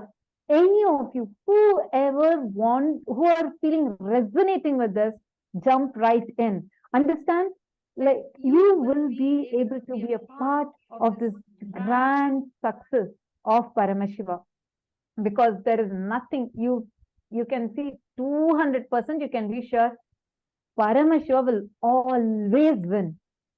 And Swamiji tells beautifully that no matter what comes, society will hate you, rate you, judge you, abuse you, attack you. But beyond all that, what makes you stand makes you what you are. And we can see, no matter whatever the society does, Swamiji has always stood back just with one principle, simple and straightforward principle. Swamiji stands back just to contribute, contribute, and contribute. Just that integrity is the strength. That is why, because it is this integrity, this commitment that is a foundation of Kailasa. No matter what attacks came, no matter what persecutions has been happening, not once, nobody has been able to shake even one part of Kailasa, because Swamiji has laid Kailasa with his integrity as a foundation. That is why it is the most unshakable and it can never be broken. all those not only that, whoever the want to be a huge- part the, of this grand cause, whoever want to be a part of this victory of Paramashiva, jump right in. If you want to dedicate your entire life, go ahead, jump for sannyas. Take sannyas right now. You can declare from your side, whoever wants to take it up, you can jump right in. And all those, who feels like, I want to really do something, I may not be able to apply for sannyas right away, but I can contribute economically. Go ahead. This is a clarion call from Paramashiva. Jump right in, become a serving epitajaman. Swamiji says, you don't need anything else except for strong intention. He will manifest the wealth for you. Don't withdraw yourself or hold yourself back due to any of your self-doubt, self-hatred, self-denial.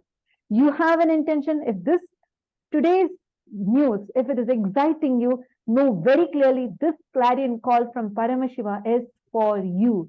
Jump right in, take up. You can jump now. Fill up your intention.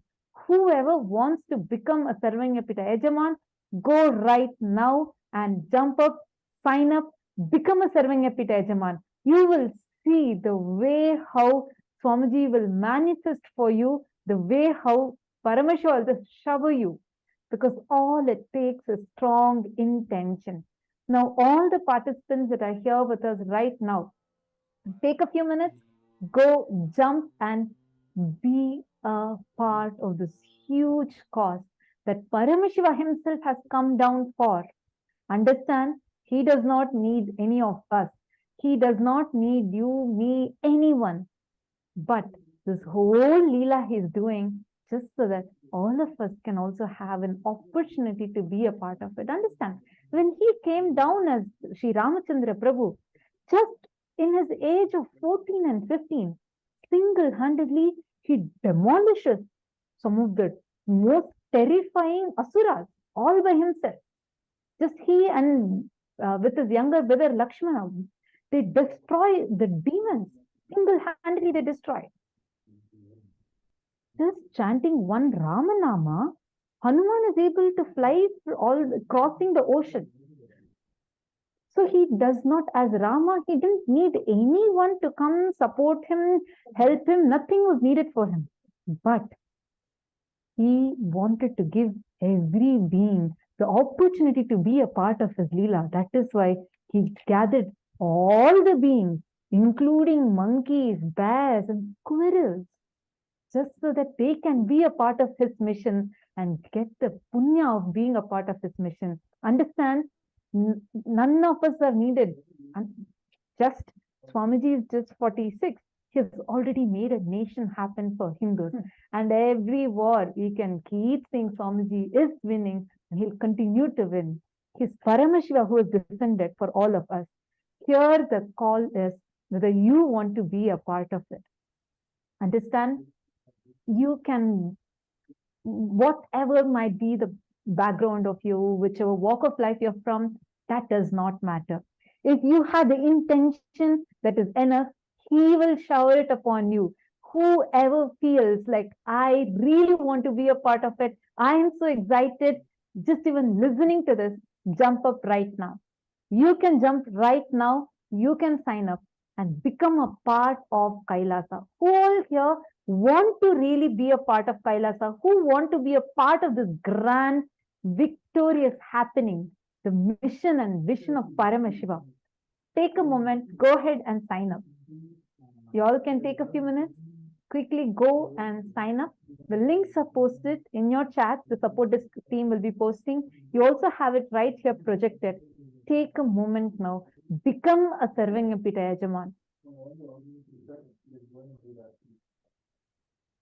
You can go, and if you want to take your first step, go ahead and sign up in events.kailasa.org/payment.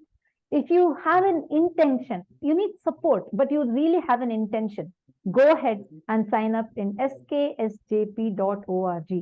Take a moment now. I request all of you to go ahead and take your action now. This is the best time so that you can be a part of this victorious happening.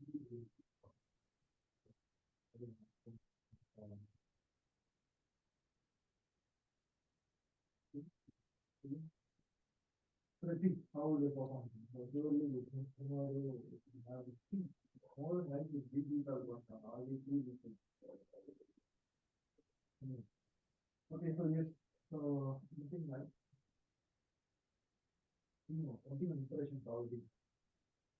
who all here want to take it up, who all here want to be a part of it. I request all those who want to be a part of it to sign up, to post in the chat, who all feel like, yes, I really want to do it. Even if you have signed up before, but you really have a very strong intention now saying that I want to make it happen. Come on, take a moment and post it in the chat. We all just learned we all had a very empowering session where Swamiji explained to us about being your own boss, and Swamiji is living that and showing to all of us. I request all of you, all the participants here, take a moment. Whoever is feeling that, yes, I really want to be a part of it, go ahead and post it in the chat.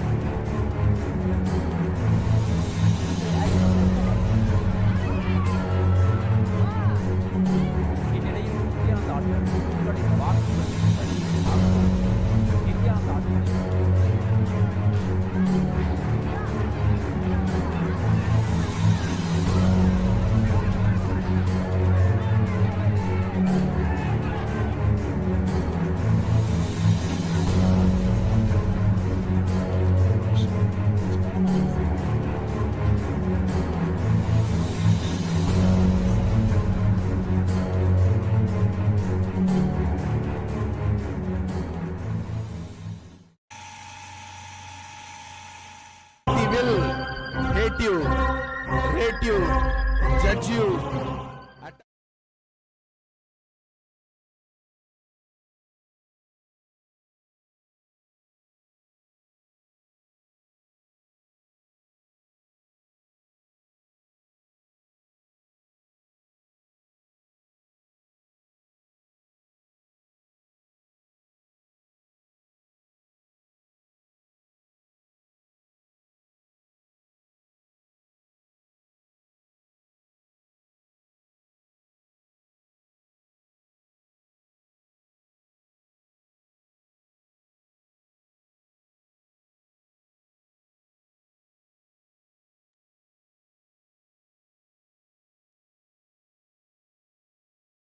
Today is a real moment of celebration for KAILΑSA and Trishulam, and a real moment of celebration for not only KAILΑSA but for the whole of Hinduism. Any celebration for KAILＡSA is a celebration for whole of Hinduism.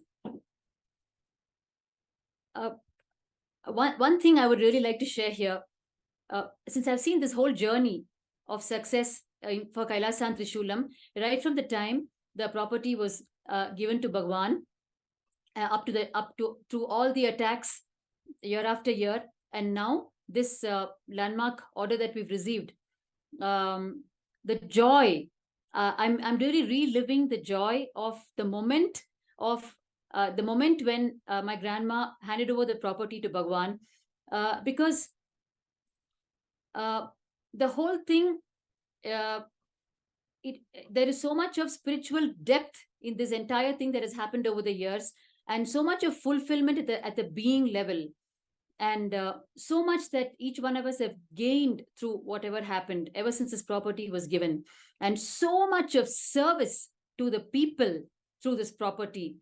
Bhagavan has placed some of the most beautiful life-size deities in KAILΑSA Trishulam.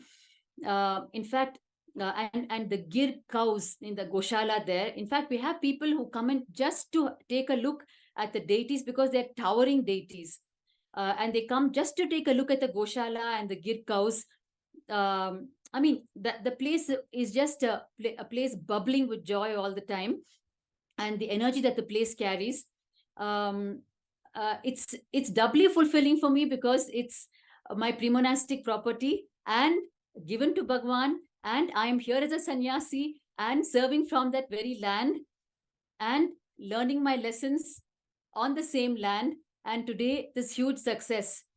So when I look back, I'm reminded of the lives of so many, the stories of so many enlightened masters. Whatever they've shared, it's all come true in my own life today. From the dimension of service, seva, from the dimension of, today, whatever best humanity is enjoying is what Hinduism has given. There is no doubt about that. So what can I give back to Hinduism? There is really nothing I can give back. I can only offer whatever little I have and then be a part of the whole happening and enjoy. That's all. And whatever you give to Hinduism, whatever you give to Bhagavan, you get back fold as causeless joy and bliss and learning and growth in your own life. So today, I once again relive the joy of offering this property to Bhagavan. I just wanted to share that today with all of you. Yes, Ma, go ahead. Sorry. Yeah, actually, I just wanted to add to it. One thing that I really love, like whenever I see the Leelas that Swamiji does, right? If you see from the time for eons that Paramashiva that he has been doing in all the 9 months lives, it's always like almost you'll feel like, oh God, why is it happening like this? Read every 9 months lives, you'll feel like they just push to that thing, and then suddenly Paramashiva will come and say, hey, it's just me, I am there. And you see that's exactly he does even to this day in every single Leela that he does. Always you'll feel like, oh God, like it's what's going on. And then he just says, it's me, I am just taking care, don't worry. Understand all those who wants to be a part of this grand happening. The victorious happening become a part now. Today, the darshan that we are all going to be receiving, the darshan of Tripurantaka Murthy, represents exactly this principle of Paramashiva. How he makes everyone, he gives an opportunity for everyone to become a part of his grand mission. Let us all now chant the Dhyana Shloka of Tripurantaka Murthy. चतुर्भुजं त्रिनेत्रं च मग्रं परशुधारिणं धनुर्बाणुं समायुक्तम् उमया सहितं तथा सर्वाभरणसंयुक्तं दिव्याभरणसमान्वितं पत्रं ददं वामकर्णे दक्षिणे कुण्डलान्वितम् उपवीतसमायुक्तं समभङ्गयुतं शिवम् जटामकुटसंयुक्तं विलसद्वितमृदाङ्गकम् एवं त्रिपुरसंहारं रूपं प्रोक्तमहात्मभिः. The next is the Dhyana Shloka of Vrishabharudha Murthy.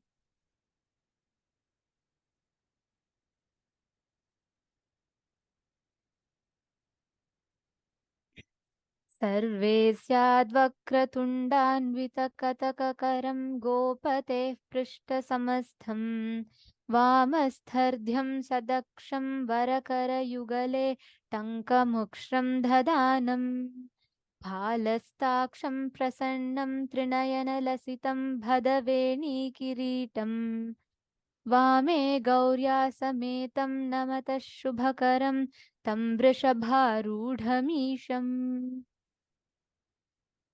वृषभान्तिकमूर्ति. चतुर्भुजं त्रिनेत्रं च मग्रं परशुधारिणं धनुर्बाणुसमायुक्तम् उमया सहितं तथा सर्वाभरणसंयुक्तं दिव्याभरणसमावृतं पत्रं ददं वामकर्णे दक्षिणे कुण्डलान्वितम् उपवीतसमायुक्तं समभङ्गयुतं शिवम् जटामकुटसंयुक्तं विलसद्विद्रुमागकम्. Now, in the same space, let us all get ready to receive the darshan of Tripurantaka Murthy, Vrishabharudha Murthy and Vrishabhantika Murthy forms of Paramashiva. Let us chant the Mahavakya. Om Nithyananda Paramashivoham. Om Nithyananda Paramashivam.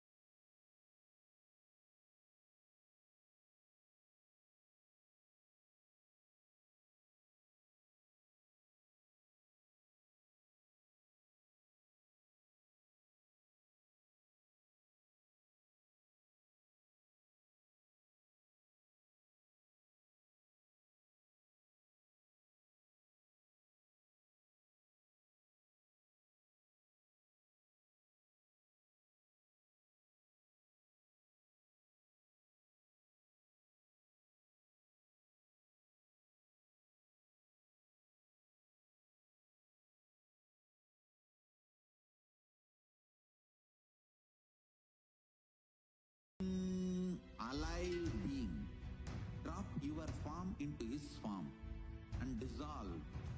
Remember, you are a Sarupya Mukta, means your form is dissolved into his form. All my disciples, now I am initiating Salokya Mukti, Samipya Mukti, Sarupya Mukti, Sayujya Mukti. Om Nithyananda Paramashivoham. Om Nithyananda Paramashivoham.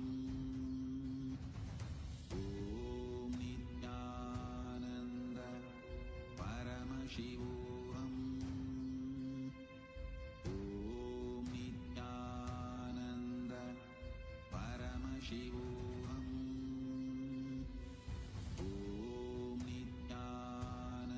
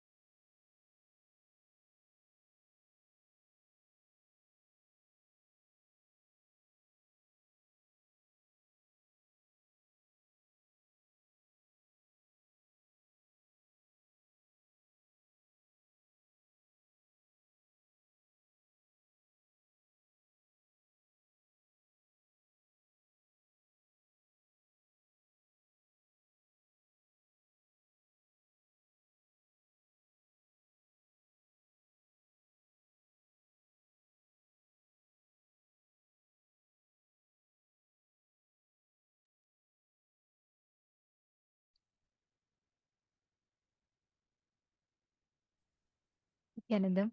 After this very, very beautiful darshan of Tripurantaka Murthy, Rishabharudha Murthy, and Rishabhantika Murthy forms of Paramashiva, all of us have been blessed with this most beautiful, most powerful, most serene, yet most intense darshan of Tripurantaka Murthy. I think every word, every blessing that Swamiji gave today was so powerful, right?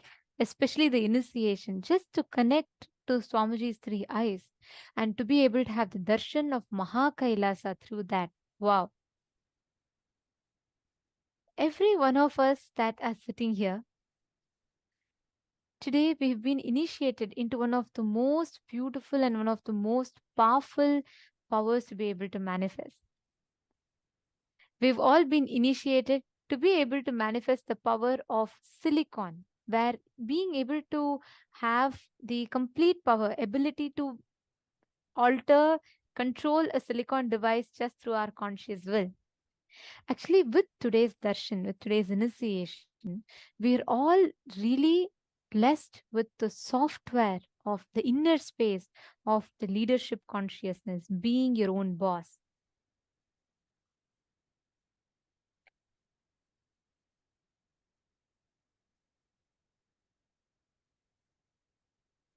What a boon. What an amazing blessing. I mean, I know still all of us are just wowed in that darshan, which was literally a feast that we enjoy through our being. Such an auspicious, beautiful darshan. I see everywhere, like all the Zooms, I see white smile. Whether it's Ma Geetanjali or Ma Susan, Ma Yoga Malar, any Zoom I'm seeing, every camera I'm seeing is like white smile. Today's darshan was just wow. It's too amazing. I know still we are rejoicing, enjoying in that sweetness, soaking in that bliss. Come on. Now, using this bliss, we are going to be manifesting the powers. Did you all do that process Swamiji gave? Connecting to Swamiji's third eye?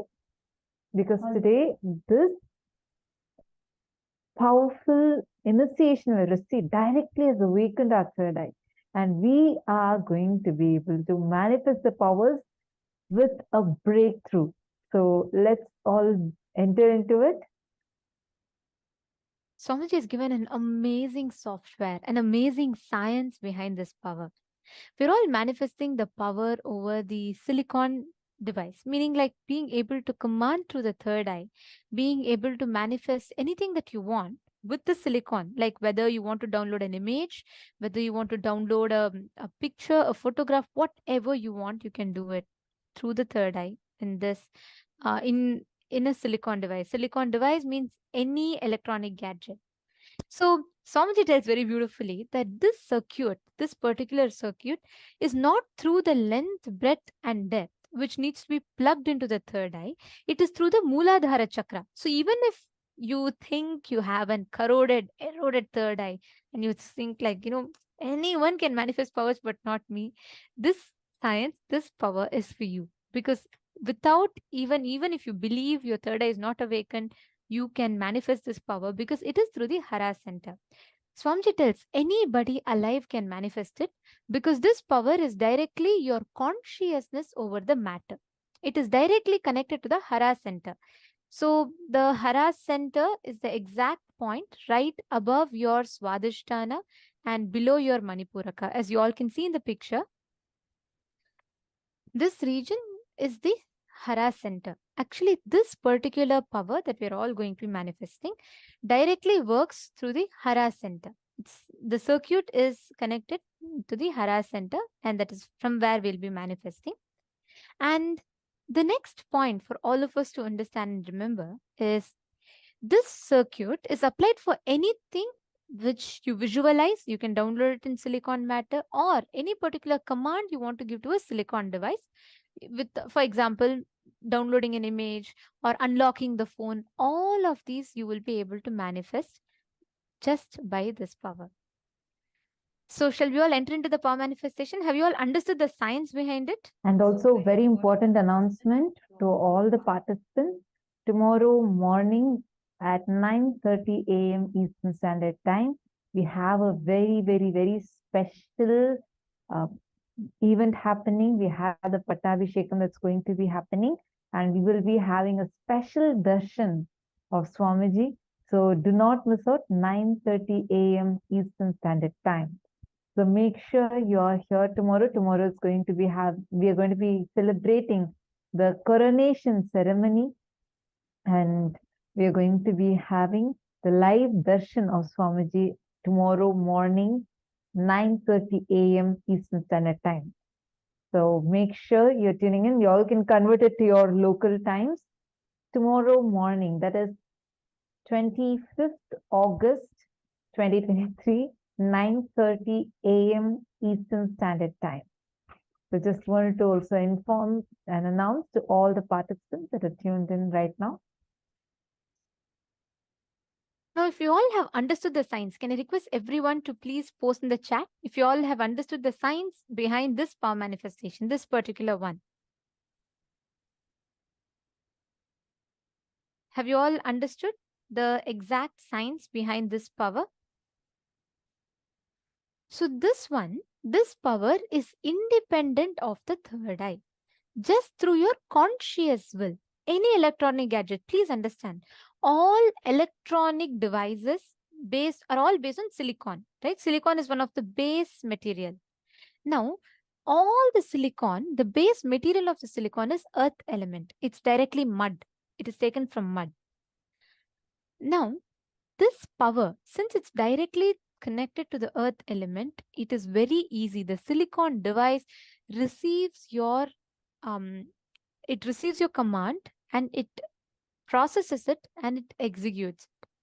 So that's a simple science. And the second important thing is that it is connected to your Hara center. So Hara center, once again, I'll project and I request every one of you to take a look at it once. This is your Hara center. The circuit of this power manifestation is directly connected to your Hara center. The point below your navel center and just above the Swadhisthana chakra, the area that's circled in the image that you all can see. So this particular circuit is what we will be working with when we are manifesting this power. Now, what exactly you're going to do? What does this power mean? Without touching the phone, you being able to operate anything you want in this device is this power. So all of us are going to be manifesting this power. Can I request every one of you to take your phone and you're going to be placing your phone, if you have a Kristashila, on the Kristashila, or have if you have the Kristashila is basically the granite slab. If you have the granite slab, please place it on the granite slab. If not, please place it on the energized mirror. If not, just keep it on the ground in front of you. Make sure that the phone is locked and the voice recognition or the face recognition should be off. See, basically you're going to be unlocking the phone without touching it. That's the whole manifestation, the power that you're going to be manifesting in this round. You're going to be unlocking the phone without touching it. Clear? Okay, so please place the silicon device. It can be phone, it can be tablet, it could be anything. It doesn't matter. It need not be only a phone. It could be anything. So please keep a silicon device in front of you.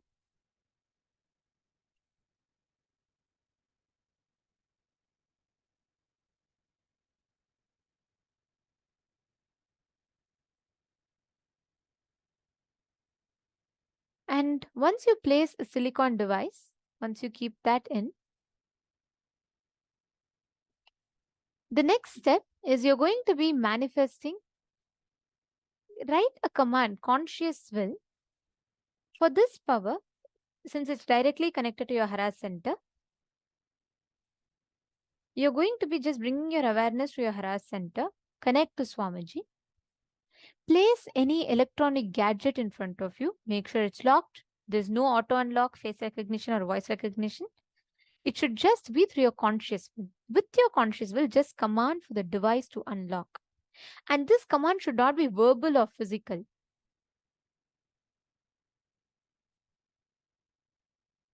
It should just purely be connecting through the third eye, your conscious will, because it is consciousness over the matter. So consciously just command, just through your consciousness, just will that the phone should unlock and look at the phone. Actually, you will see it will respond to you. It'll take a little time, but it'll respond to you. Just sit now and manifest it. Connect to Swamiji immediately, right after this darshan, we will be able to manifest.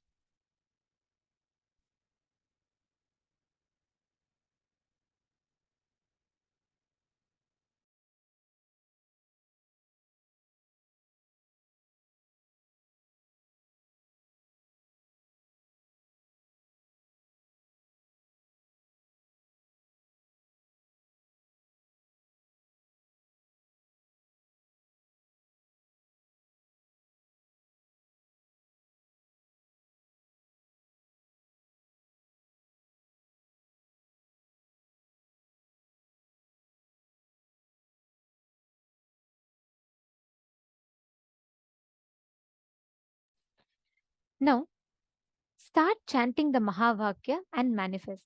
Actually, Ma Vimala Nambiyar and Surendra Ayya, both of you can sit now. Swamiji has blessed both of you to manifest with third eye.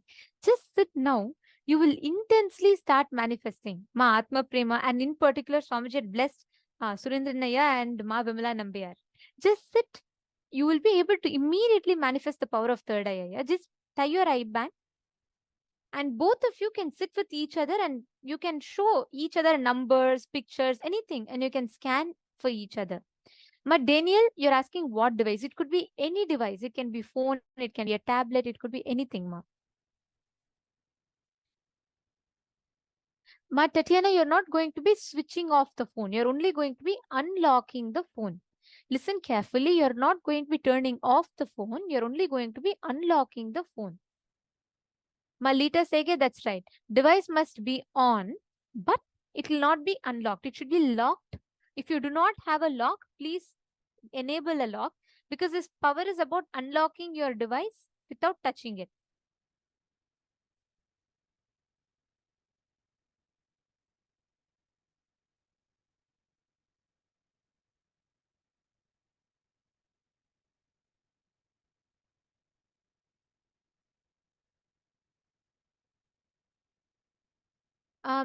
But Tatiana Hughes, you don't need to really put on a airplane mode, ma.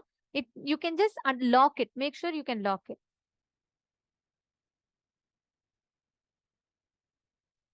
Actually, Malita Sege, it doesn't matter. You can give any command to the phone. But we are just doing in this round with unlocking and locking. You can just give any command to the phone. Don't give up. It is simple consciousness over matter. You can simply do it very easily.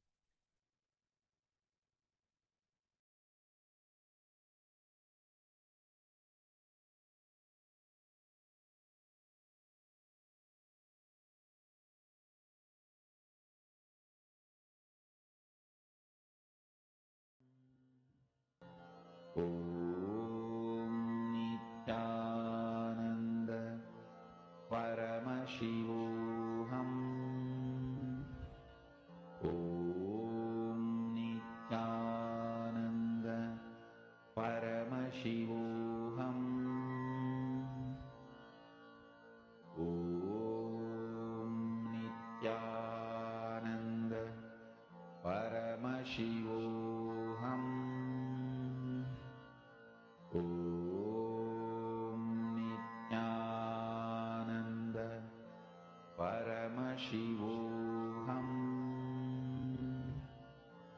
Om Nithyananda Paramashivoham. Om Nithyananda Paramashivoham. Om Nithyananda Paramashivoham.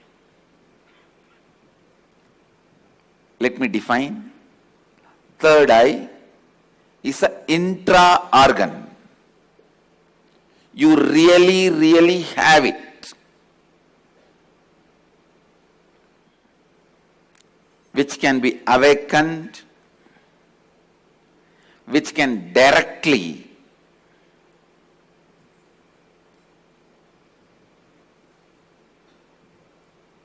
be part of your day-to-day life.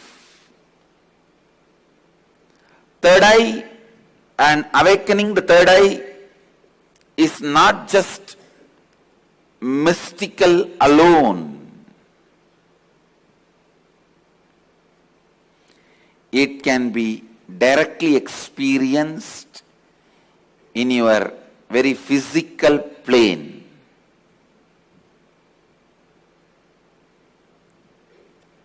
It has a clear,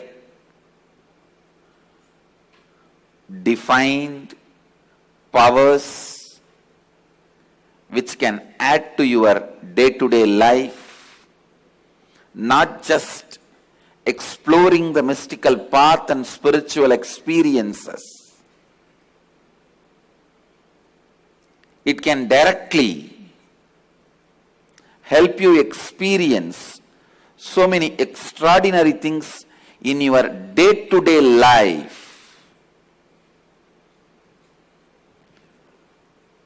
Almost all religions, all spiritual groups, whether it is ancient and tribal based or very modern secret groups, all spiritual groups have worked on third eye because that's the most easiest, most powerful way of awakening yourself to the higher dimensions.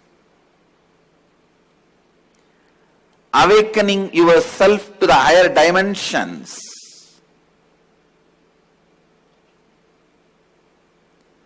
Whatever you are seeing with these two eyes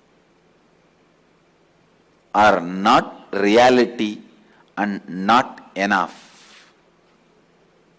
Please understand, whatever you see with the two eyes are not reality and not enough.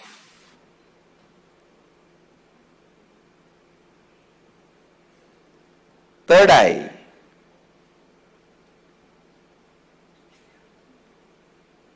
makes you see the higher reality externally in your day-to-day life and internally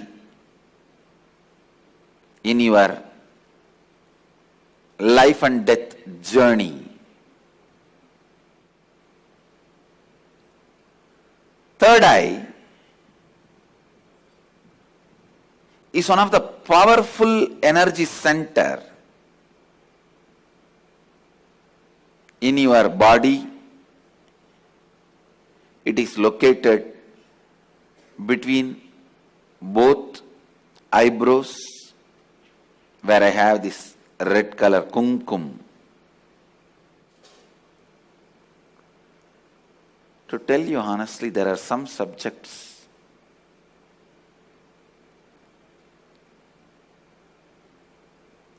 when I start speaking about, I am stuck for words because so much need to be told. So much need to be told.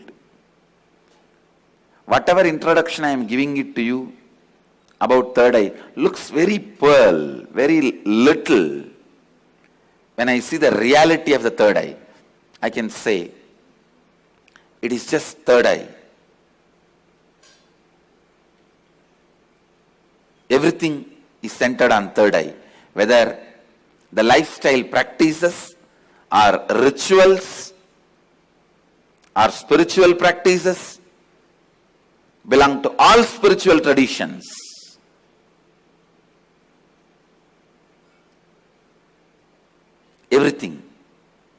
Everything is centered on third eye.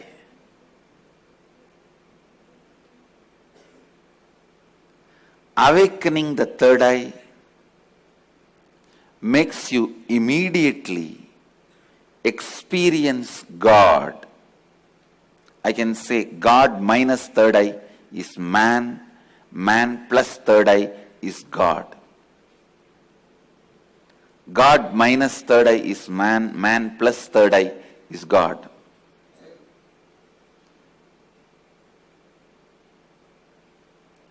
Third eye is called Chakra Raja, king of chakras. That's the last chakra. The crown center is not actually chakra, it's an opening. The third eye is the last chakra, an ultimate chakra in your body. All the different energy centers in your body is ruled by third eye chakra. It's called Ajna chakra in Sanskrit. It means literally the seat of the will power. Will. Ajna means will. That's the seat of the will power. Ajna chakra. Will power. Chakra Raja. The third eye is the king of all chakras, energy centers. If that one energy center can be awakened,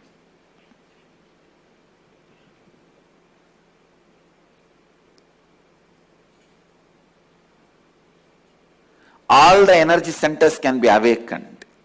That is why in Hindu tradition, the various pilgrimage centers are identified with the different chakras. But Varanasi, the pilgrimage center of Hinduism, is associated with third eye. That is called as a third eye center. The Ajna Chakra Sthala, Varanasi.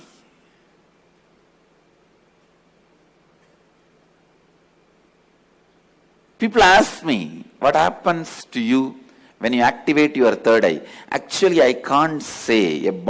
You can't explain to a born blind man what happens to him when he gets the vision.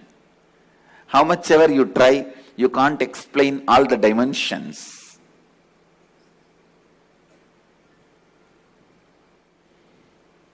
Actually,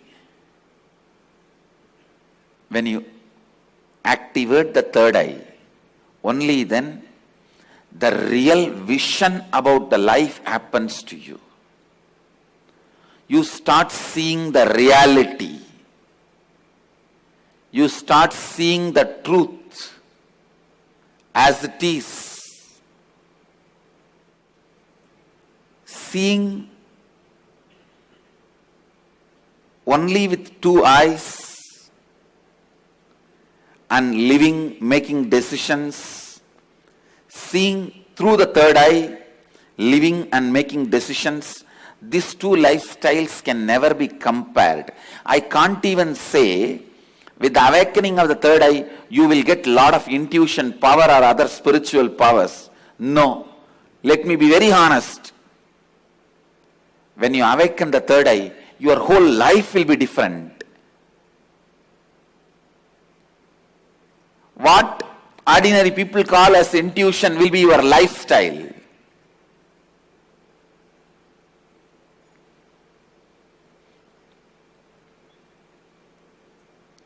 What individuals call as spiritual powers, that will be your lifestyle. It is not easy to describe the difference. I am telling you,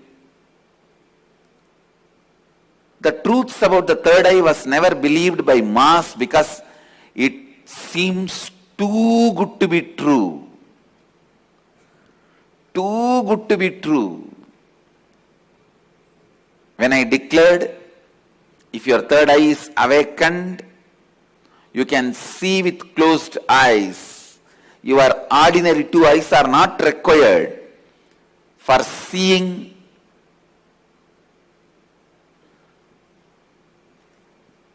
or perceiving, recognizing things. People felt it was too good to be true. When I declared at the age of 12, when I had the third eye awakening, with closed eyes I was able to see 360 degree. People really felt it was too good to be true. When your third eye is awakened,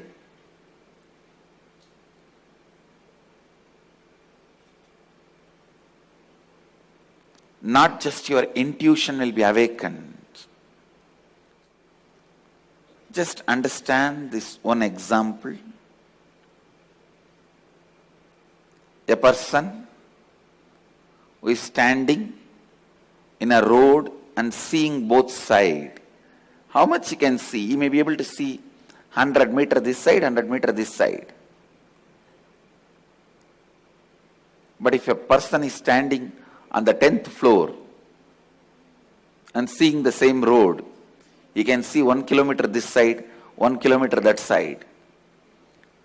So a person who is standing on the 10th floor, if he says a lorry is coming or a Benz car is coming, the person who is standing on the ground, he will think, no, it is not there. How can he say it is coming?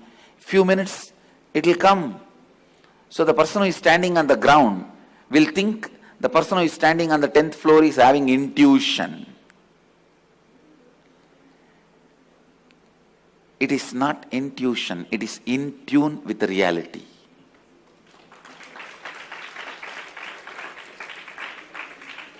When your third eye is awakened, you will be able to see everything from the higher plane.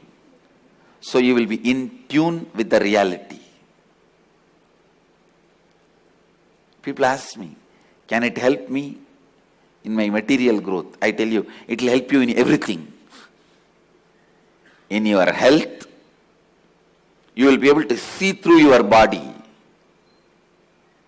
I have seen so many siddhas. They will just scan their body with a closed eye. They know where the problem is and heal it. Very soon you can expect my kids doing X-ray and scanning.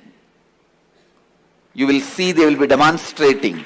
Just by seeing a person, they will diagnose them. These powers of awakening third eye will help you to achieve health, and not only you will be able to diagnose, you will be able to just command your body to get back to health, because the third eye is the seat of willpower. When Kundalini is activated there, when third eye is activated there, to tell you honestly, the moment third eye is activated, Kundalini is activated, alive in your third eye, you can get anything you will. That is why it is called Anya Chakra. Your will be honored by the cosmos. Your will be honored by the cosmos. When I utter through words, it looks too good to be true. But life itself is too good to be true. Understand, life is not curse. Life is not just good. It is too good to be true.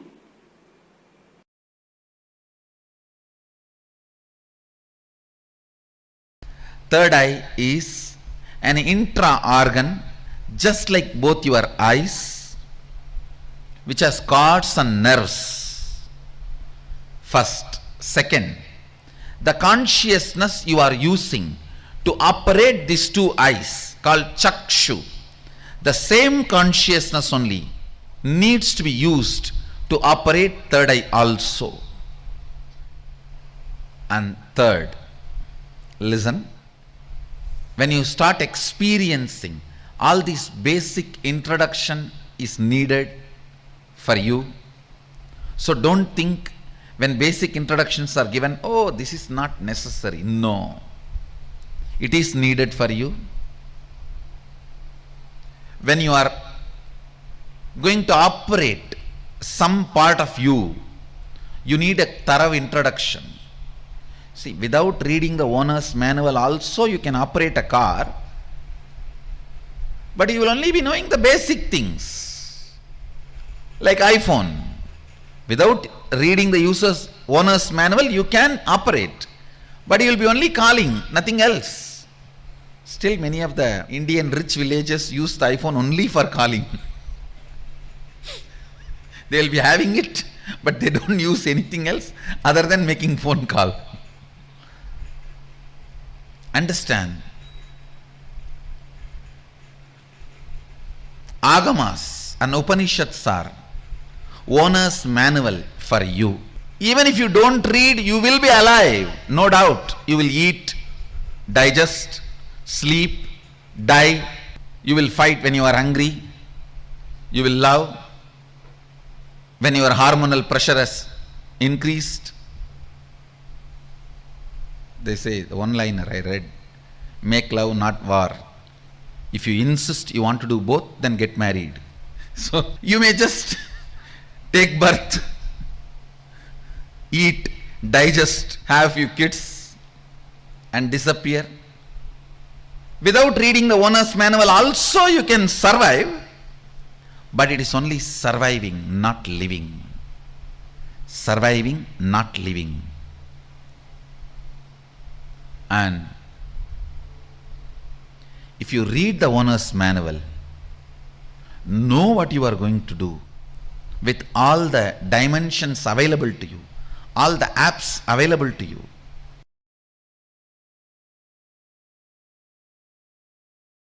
See, if you open it on your own, I don't know how long.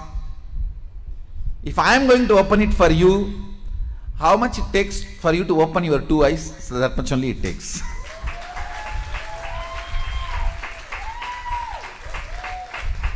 If you are going to open it on your own, I do not know how long it will take. Whether it will open at all or not, even that I don't know. But if you are going to ask me to open it, I will tell you, I need time. Only how much time you take to open your two eyes. Actually, whether you are a kid or adult, opening your third eye takes only a second for me. The problem with adults is you have calcified your third eye so much. Little time is required only to remove that calcification, nothing else.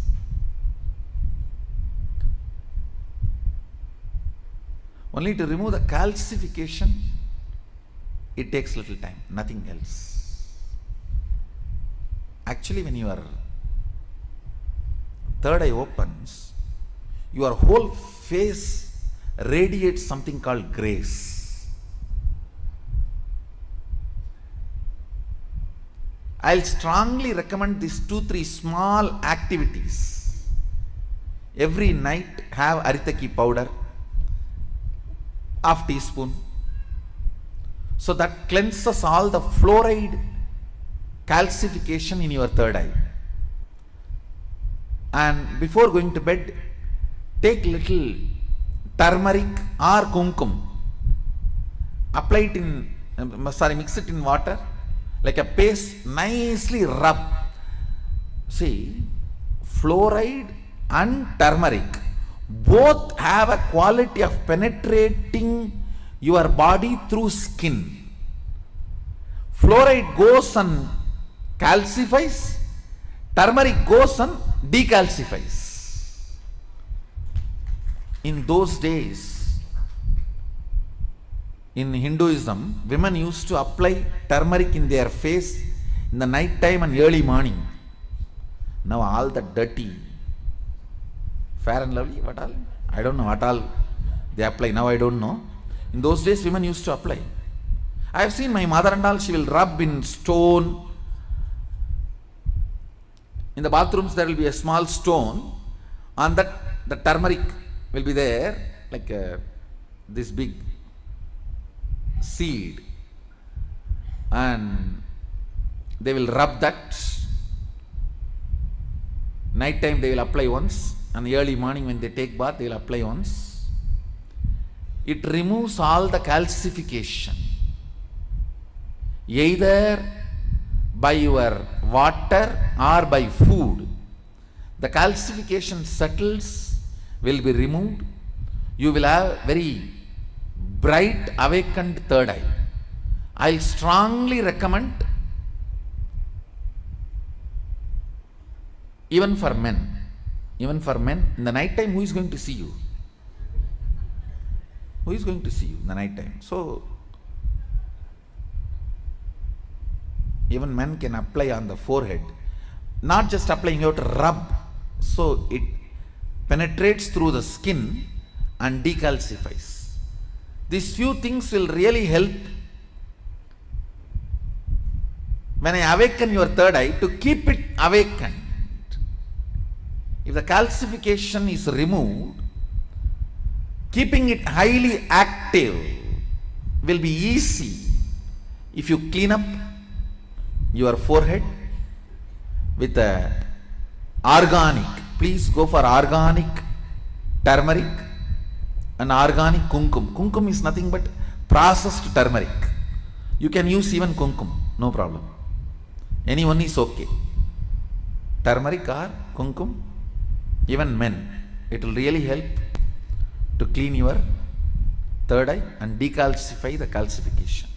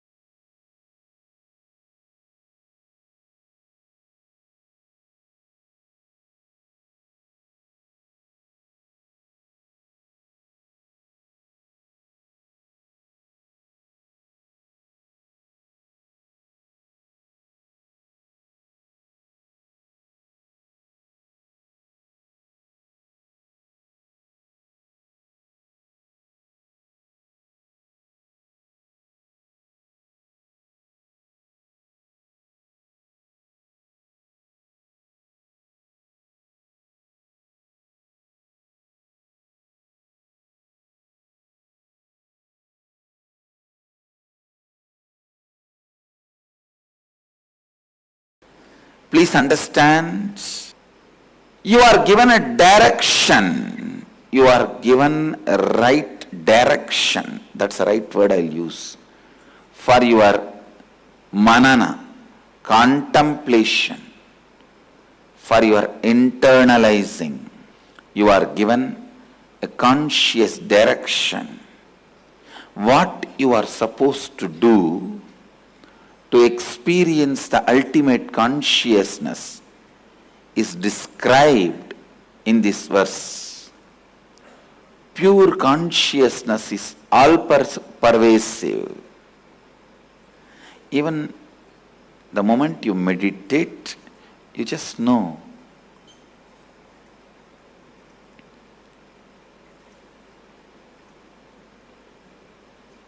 You are something more than the body, because all-pervasiveness, the amount you can experience, only that much you can visualize. Please understand. Physical things, for example, this seat, this asana, even if you don't experience what it is made of and how it feels, you can see it. You can grasp it. But the more and more things become subtle, it's the depth of your experience, how much you feel one with it, that much only you will know it. For example, physical, I already gave the example. You don't have to become one with this seat to see this seat or to use this seat, but a mental idea. You may need to become one with that idea to grasp the emotion and context behind that idea. Spiritually, how much you experience oneness with that idea, that much only you will even understand it. If there is a thought or a poetry about love, it's a thought.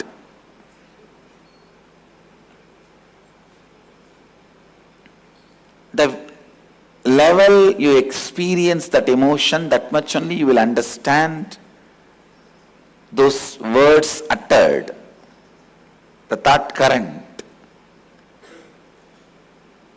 Otherwise you will be like, that day I shared the story of Shiva sitting with Vandi and eating the roadside idli.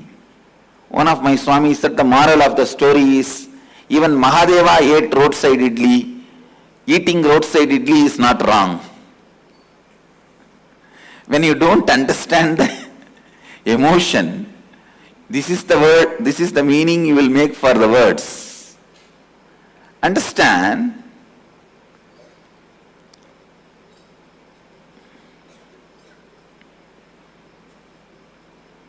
How much you are able to grasp, that much only you will be able to experience. That's the beauty of the definition of consciousness by Upanishads. You can never make a statue out of what Upanishads declare as consciousness. You can never act as if you grasped without grasping. No. You can never make a mantra out of it. You can never form a dead ritual out of Upanishads. Any ritual you develop out of Upanishads has to be alive. I tell you, that is why Agamas are so alive. You can't make the Agamas dead.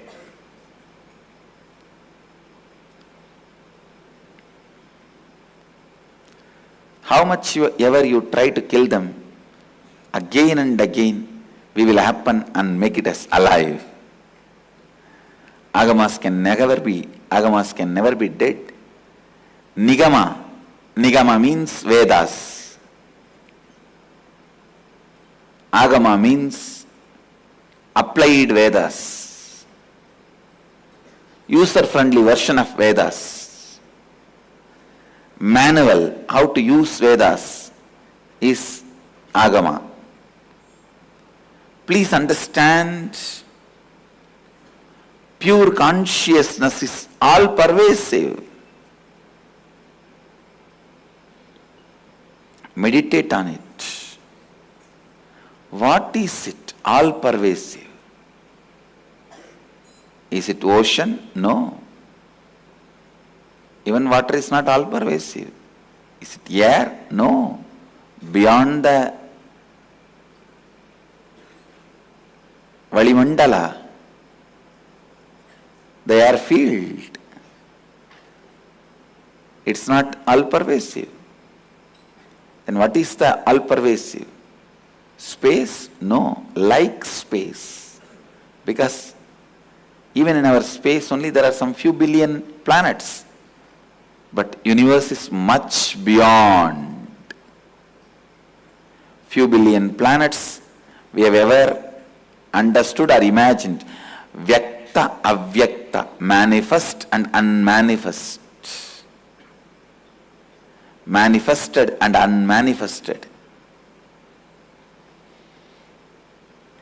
Vyakta, avyakta. Manifest and unmanifest.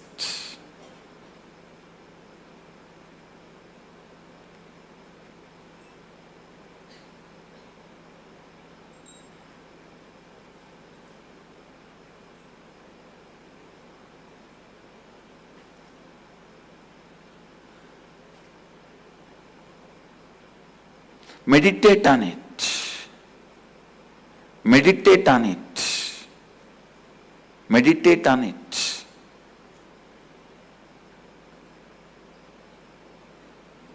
Pure consciousness is all pervasive, beyond the coming, ongoing, absolute radiant and self-effulgent, unembodied, boundaryless, whole.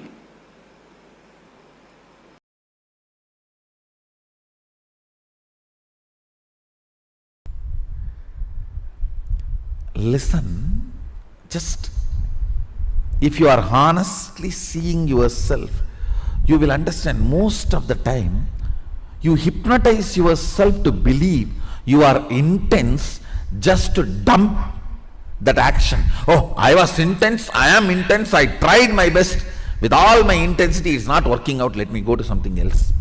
Just for that you use the word intensity. How many of you agree what I am saying? Most of your intensity is ego's delusion. Alright, tell me, what is intensity?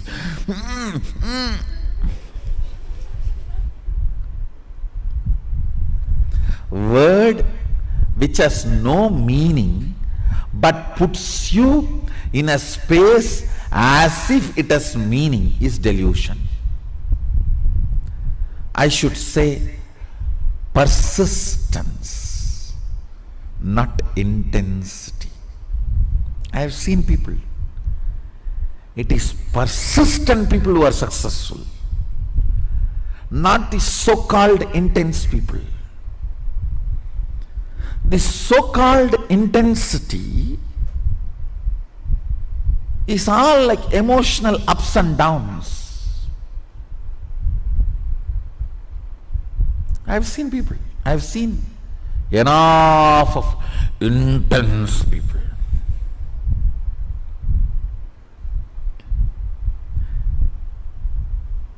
But they will not have persistence. I've seen people saying, give me sannyas now. Intensity. Okay, I'll give you krama brahmacharya and take sannyas after 1 year. No persistence. No, then I don't want. Go. Understand, persistence makes your will into reality. Persistence is the scale of even measuring your intensity. Just intensity is nothing more than a cup of coffee. When you drink Texas size Starbucks coffee, everything will be intense. You can't sit, you can't sleep, you can't do anything, you will be just intense.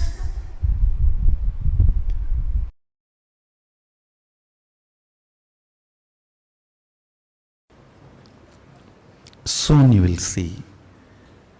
The biggest problem, if I force you to do tapas, hard tapas, you will have so much of ego satisfaction and feel, yes, I have to do this.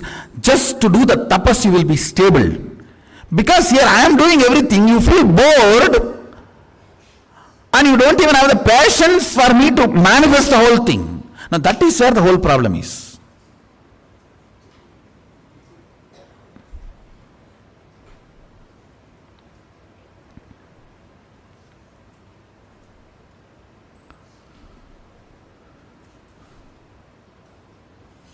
I tell you,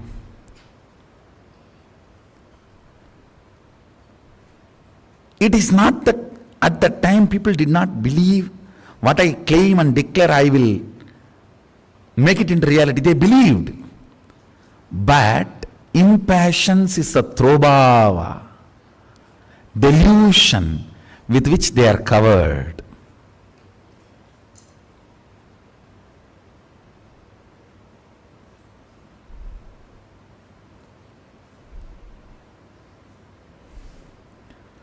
Do not allow, understand. In ordinary yoga, your struggle, your collapsing, all these are the ups and downs. When you are with the master, because you don't need to do anything, your mind creates imaginary problems. Actually, because you don't have a real problem, you are creating imaginary problems. Imaginary problems are only called delusion.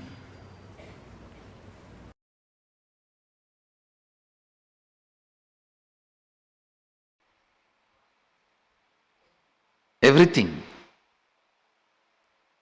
from the time you wake up to till you go to bed, purifying your whole muscle memory is what Mahadeva is teaching through Charya. Kriya means the spiritual process. The spiritual process. Please understand, Agama is the only science, even though science is a small word, I am using that word. Agama is the only spiritual inner science to manifest anything you want as reality.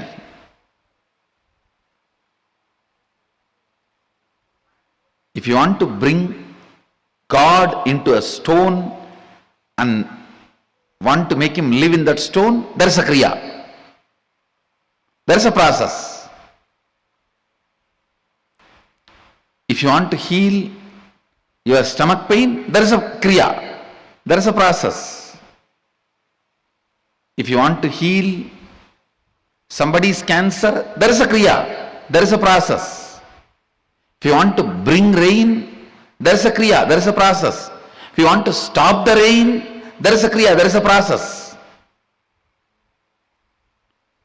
You want to bring the sun, there is a kriya. You want to stop the sun, there is a kriya. Everything.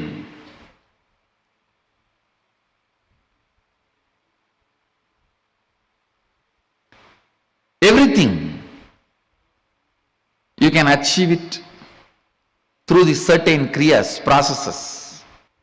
You may not do all the kriyas, but knowing that science and few kriyas helps you to manifest the reality as you wanted.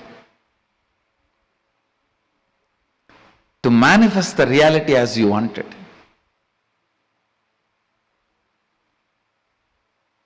to awaken completion in you, to awaken strength in you, to awaken joy in you, to awaken respect for yourself in you. That's one of the best thing Mahadeva does in Agama. He helps you to manifest so many wonderful powers. Anybody who practices Agama develops tremendous respect for themselves, about themselves. It's not ego. Ego will always be based on powerlessness. Respect will be always, self-respect will always be based on powerfulness.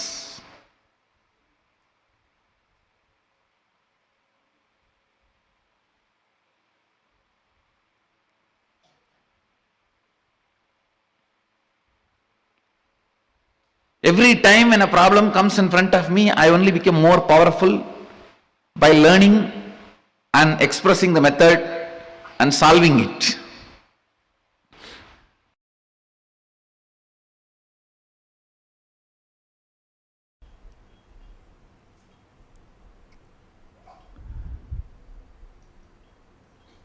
Legitimacy of the universe, legitimacy of your existence. Understand, legitimacy of the universe is devotion. Legitimacy of your existence is self-respect, self-confidence. Legitimacy of the universe and legitimacy of your existence becomes your reality in Advaita. After that you can play any game, Dvaita, Visishtadvaita, Visishtadvaita Advaita, Dvaita Visishtadvaita, no problem. You can create even your own Vaita, no problem. Advaita will give you legitimate answers about the existence and you.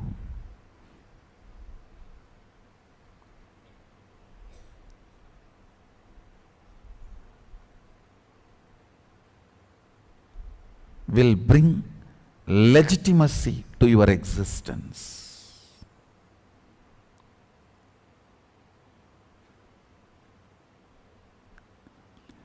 Kids need to be brought up with the foundation of Advaita. Advaita grounds you. It just grounds you. I tell you, ground yourself in Advaita. No one can cheat you or exploit you. Upanishad should be taught in all schools.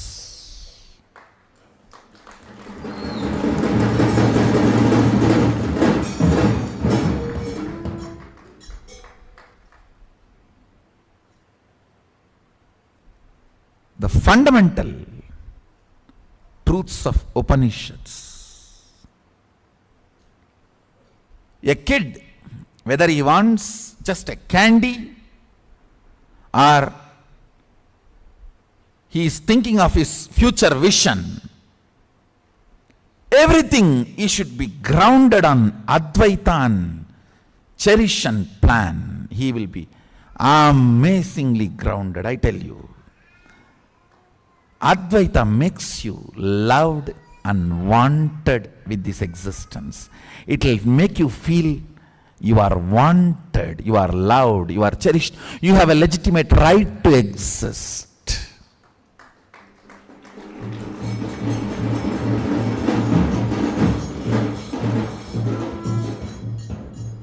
Because you are still able to feel you exist, you are wanted to be exist.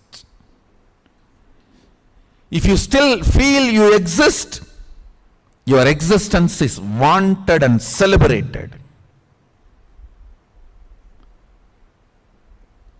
I tell you, the most important thing a child should have is getting grounded on the existence, the legitimacy of his existence. You see, a child, when he goes through a physical maturity, the biggest thing he will go through, that kid, male or female, will go through is, why am I alive? What is my purpose?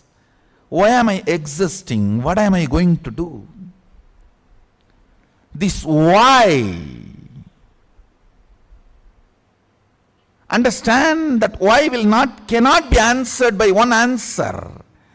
That can only be answered by something with which the child grinds himself or herself.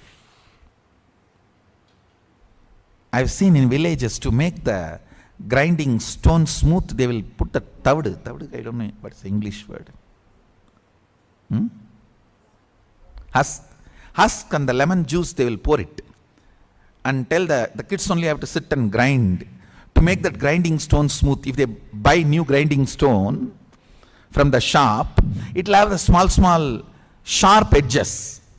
To clean that up so that it will not get into our food and get into the stomach, they will ask the kids to clean it up. They will put the husk and lemon juice, and we will have to be sitting and grinding it for morning till night. So all that sharp edges of that grinding machine will be cleared, it will become smooth, and then they will throw this away, clean it up, and then they will start using for all the cooking or the grinding the food items. Same way, system should be grounded with the ideas of oneness, truth, Advaita, Satya. Especially when a child goes through that adolescence. Constantly inner thought currents should be all about his existence is legitimate. Understand? If a child is grounded during the adolescence, he will be such a blessing for the world, because he will go on be teaching to the world, you are all grounded, you are all needed, you are all existence, you are all celebrated, you are all welcome. He will be manifesting that Shaktipada. Understand, during the adolescence, if he is given the terrorist ideas, over. All the terrorist manuals teach you don't have a right to exist. You are whatever.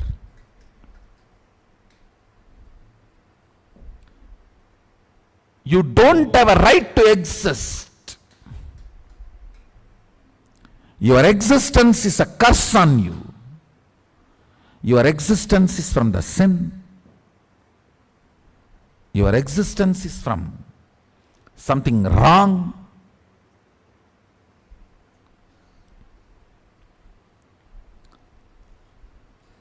Then you are uprooted, frustrated. You are not even accepted by you. So you wait for everyone's acceptance to accept you. That is the fundamental way of keeping a man slave. Anyone who waits for others' acceptance to accept himself is hooked to the greed. Over. Now you have a slave. Society has one more slave. Whoever understands the legitimacy of your existence, you don't need, see, I am not saying do something antisocial, no. But social acceptance is not required for your legitimacy of your existence.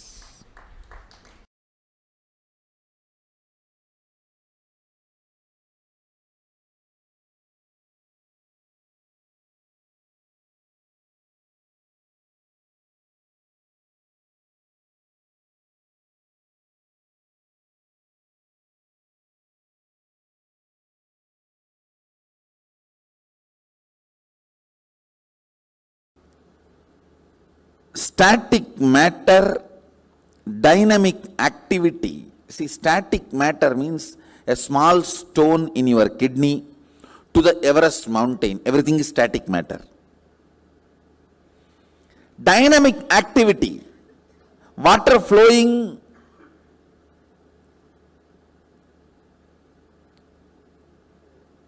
in your bathroom tap to the atomic explosion. Everything is dynamic activity. Strategic existence, your ability to generate a will is what I call strategic existence. Your existence which goes on strategizing beyond your expectation. Just put the will on this cognition. With all my will, I strategically declare. Dynamic activity, static matter is my extension. There is no boundary. I can do what I want with it. I am the ultimate over both. Understand? Now the truth I declared to you all, you can paraphrase.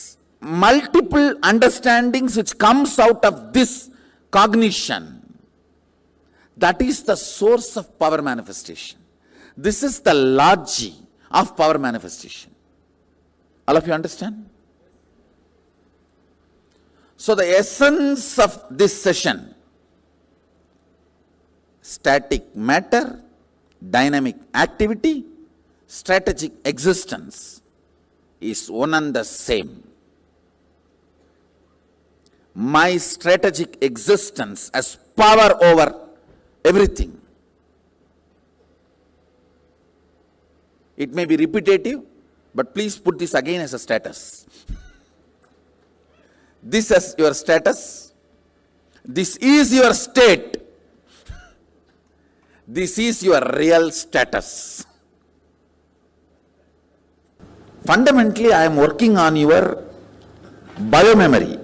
Your means core of your cognitions, where understandings about you and life is stored. I am just working on the cognitions and adding the higher cognitions for them to manifest. If your body is detoxified, just like that it can manifest.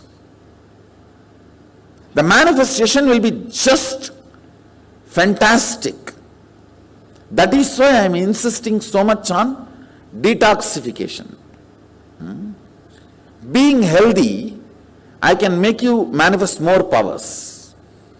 Being healthy helps you to manifest more powers. But somehow you have so much of attachment to being sick. The food you choose, the lifestyle you choose, habits you choose, you just search for the habits, food style, lifestyle which will destroy your health, and you start developing liking for them.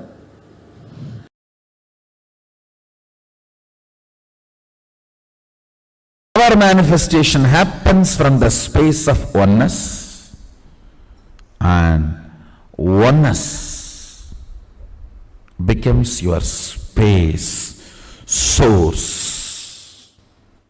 Only when you decide to manifest it ferociously, giving a statement to your body and mind, simply they have to listen to your declaration, your will is Saucha and Santosha. In Niyama, Patanjali's Yoga Sutra, Saucha, Santosha, Tapa, Swadhyaya, Ishvara Pranidhanani cha. Saucha means cleanliness, Santosha means being happy.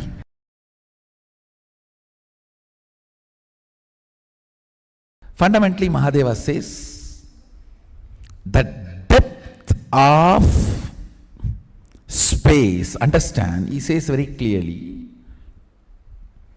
Kala, Yama cannot tire you or bring boredom to you if something becomes your space. But as long as it is only your imagination, visualization, declaration, Kala, Yama can bring tiredness and boredom to you. When you are manifesting powers, if you become tired or bored, understand still oneness is only up to the declaration level for you, depth level for you. It has not yet become your space. You need to know at least it has not yet become your space, so we can start doing something to make it as your space. Anything which brings tiredness or boredom has not yet become your space. If living in this body brings you tiredness and boredom, you are not going to be living in this body forever.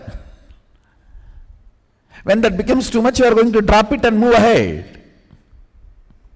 Understand?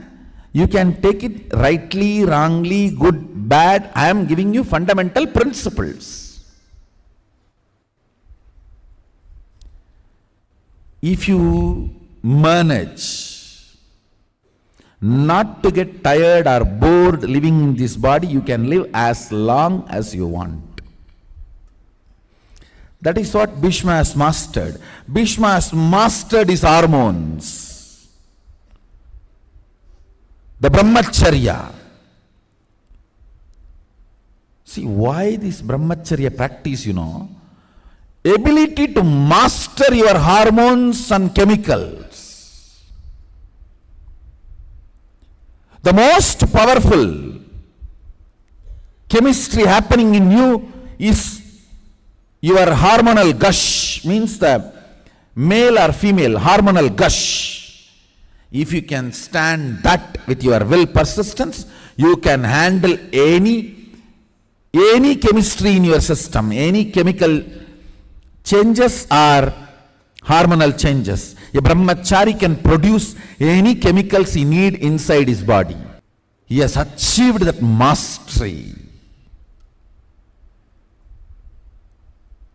That is the reason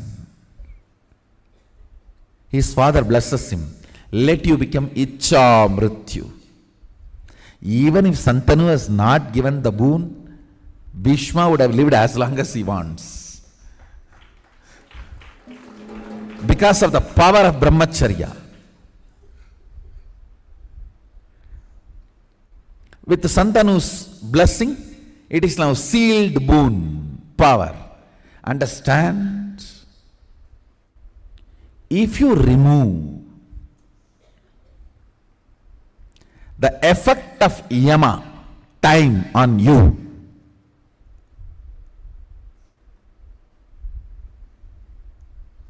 you can exist forever in that space.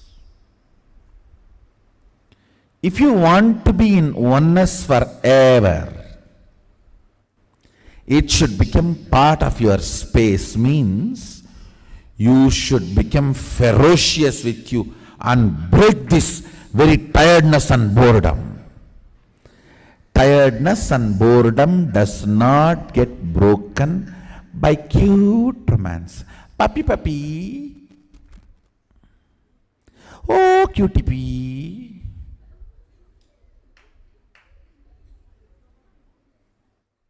Cutie pee, puppy, all will get only pee. Only when you deal you with the ferociousness, you break the tiredness and boredom. With that ferociousness, you need to digest oneness. With that ferociousness, you need to make oneness as your space.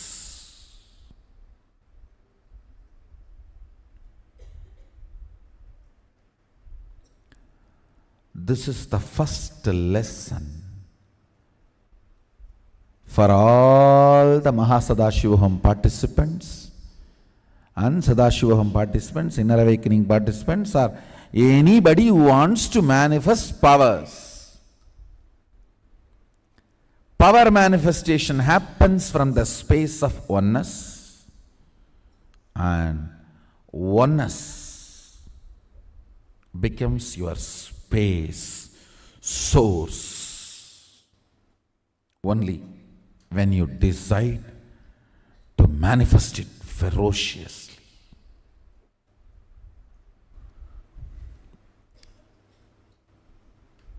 Anything stands as an imagination in the length level, visualization in the breadth level, declaration in the depth level. If you open your time with ferociousness, it just sinks into space level.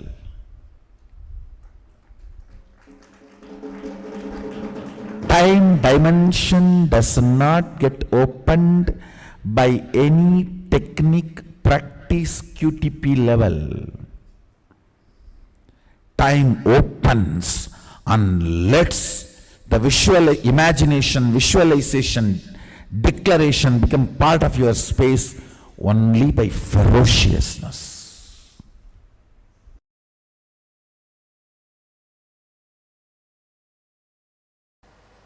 Sadashivoham, and manifest what you want in your life out of this declaration. The more and more you become part of his secret life. Just by the power of declaration of Sadashivoham, make the body as you want. Just by the power of declaration of Sadashivoham, make the mind as you want. Just by the power of declaration of Sadashivoham, make the life as you want. The more and more you declare and manifest your life as you want, you become part of his secret life. He reveals the most secret of the secrets out of which the cosmos functions. Life functions through you. Declare with all your will, Sadashivoham, and manifest what you want in your life. If I am Sadashiva, this is the way I want my life, let me manifest it. Then suddenly you will see the secret, how things manifest, why they manifest, when not, why they do, why they don't, starts getting revealed in you.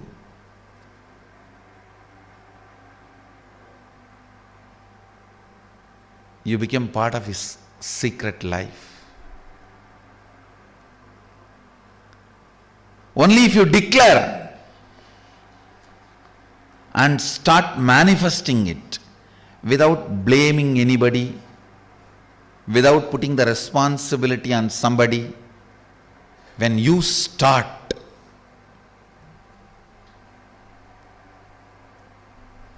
you become part of his secret life. The secrets through which the cosmos functions is revealed to you.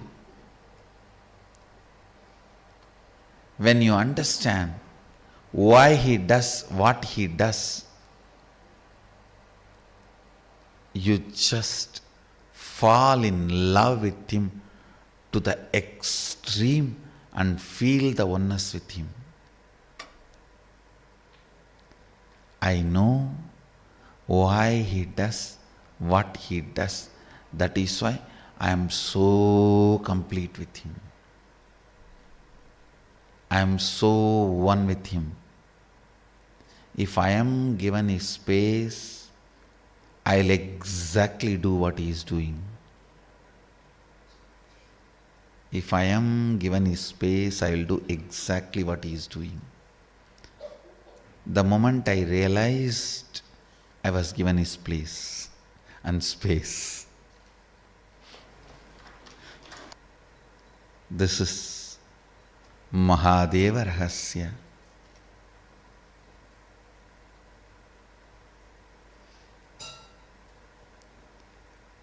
The moment you have a seeking, you are authorized to declare Sadashivoham and manifest oneness and all the experiences, powers of that oneness with Sadashiva.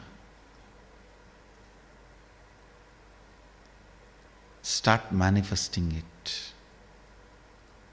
Your declaration is powerful enough, and Sadashiva is waiting to fulfill it, waiting to manifest through you. Do it.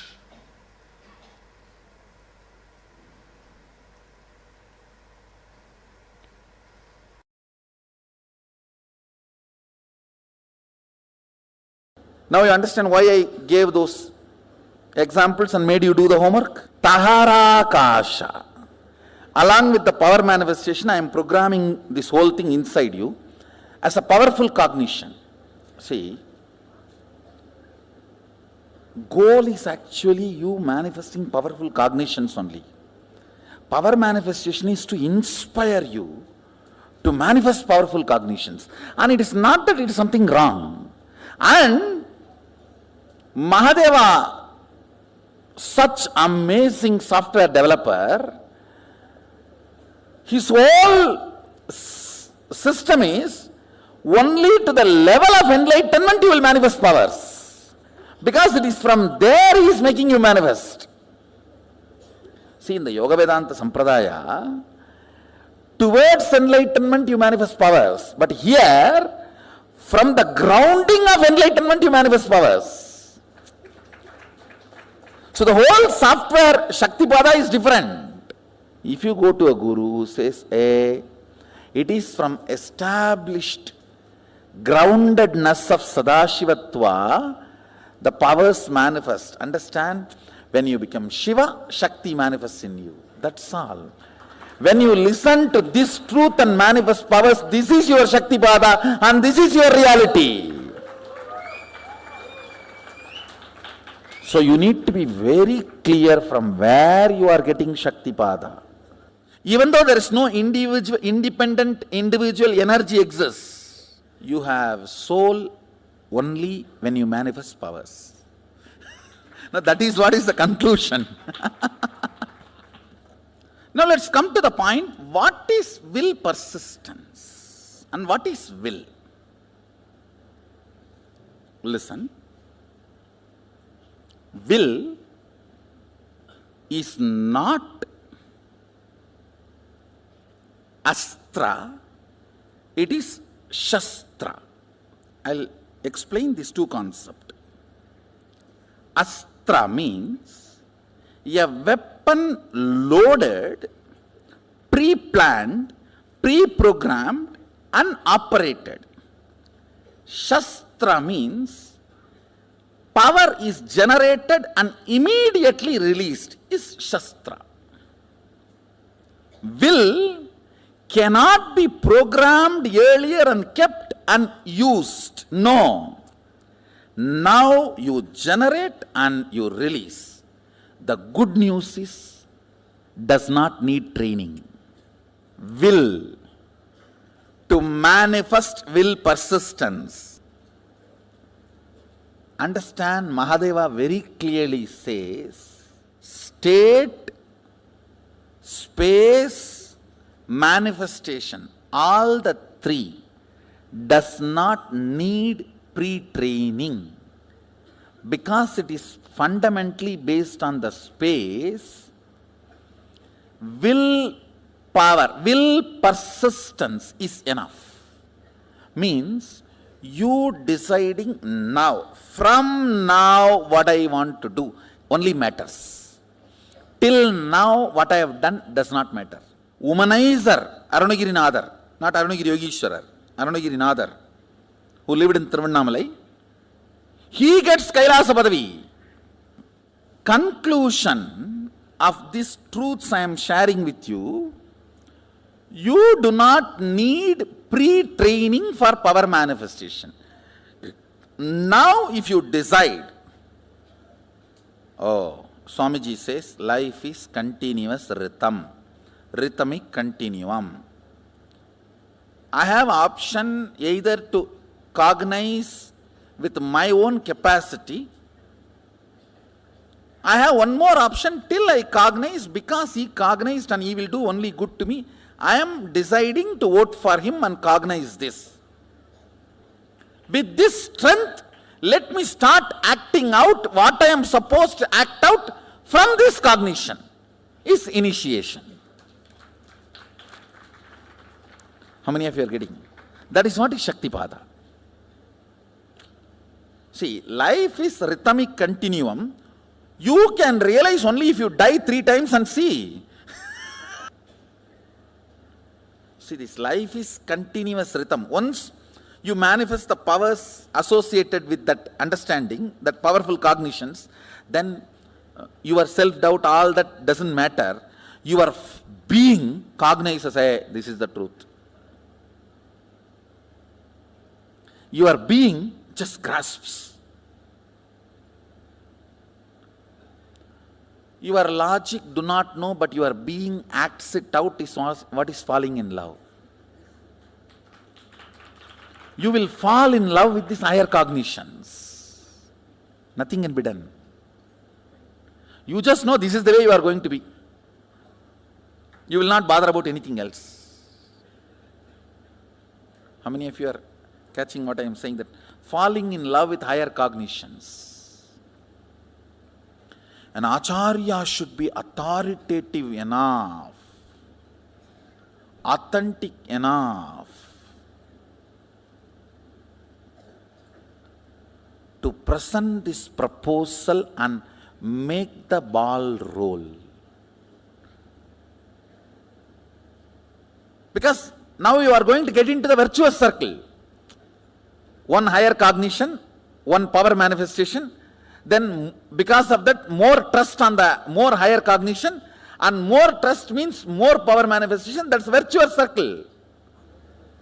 Whatever powerfulness is invoked in you, that evolves as moksha.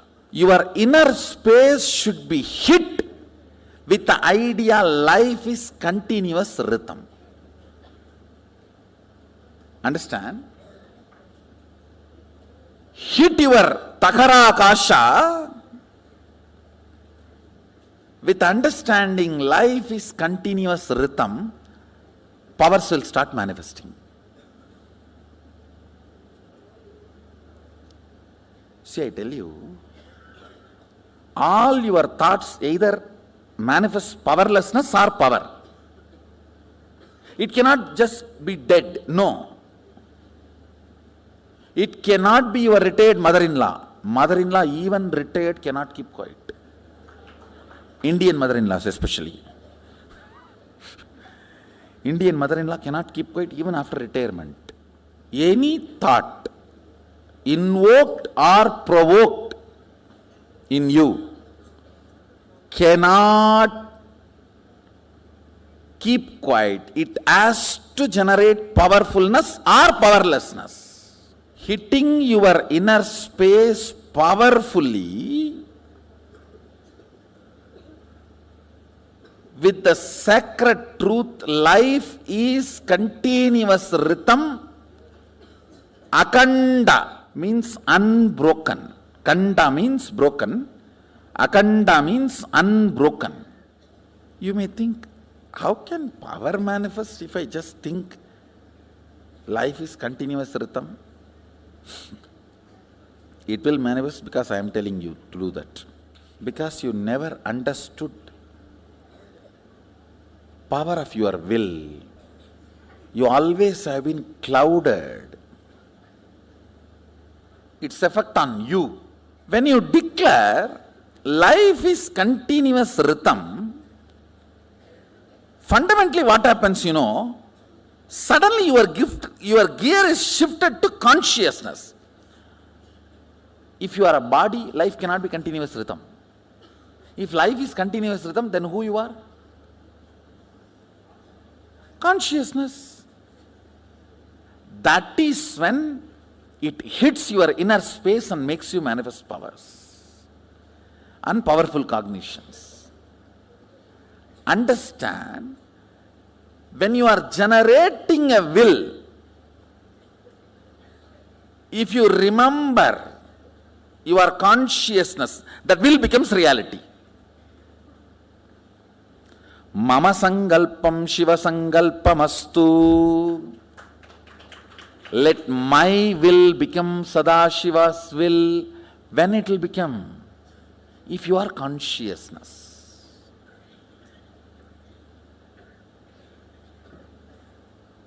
You may think all this can happen just by thinking. Life is continuous rhythm, shifts your existence from body, mind to consciousness. So from that moment, before any clouding starts in you, the will you generate starts manifesting powers. How many of you are catching what I am saying?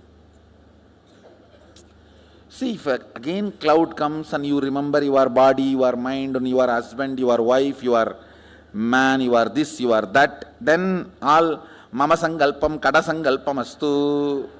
The idea of not enough pulls you out of your conscious space. You cannot do anything directly about that. Forget about it.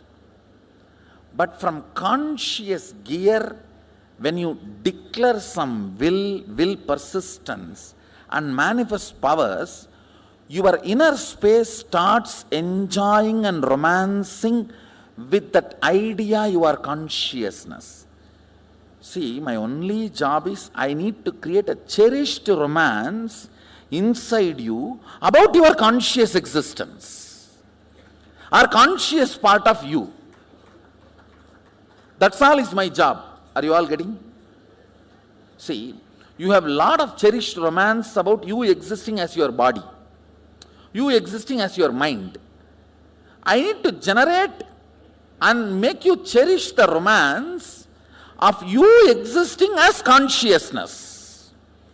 This whole power manifestation drama is that's all, nothing else. Generating romance and letting you cherish with the idea you are consciousness, you are Mahadeva, you are Sadashiva. When I say conscious, you can use the word super conscious and super conscious or whatever. How many are feeling this?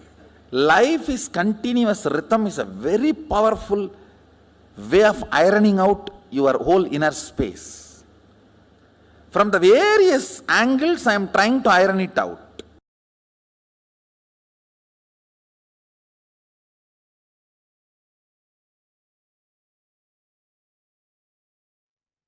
Nithyanandam, this sums up the essence of the whole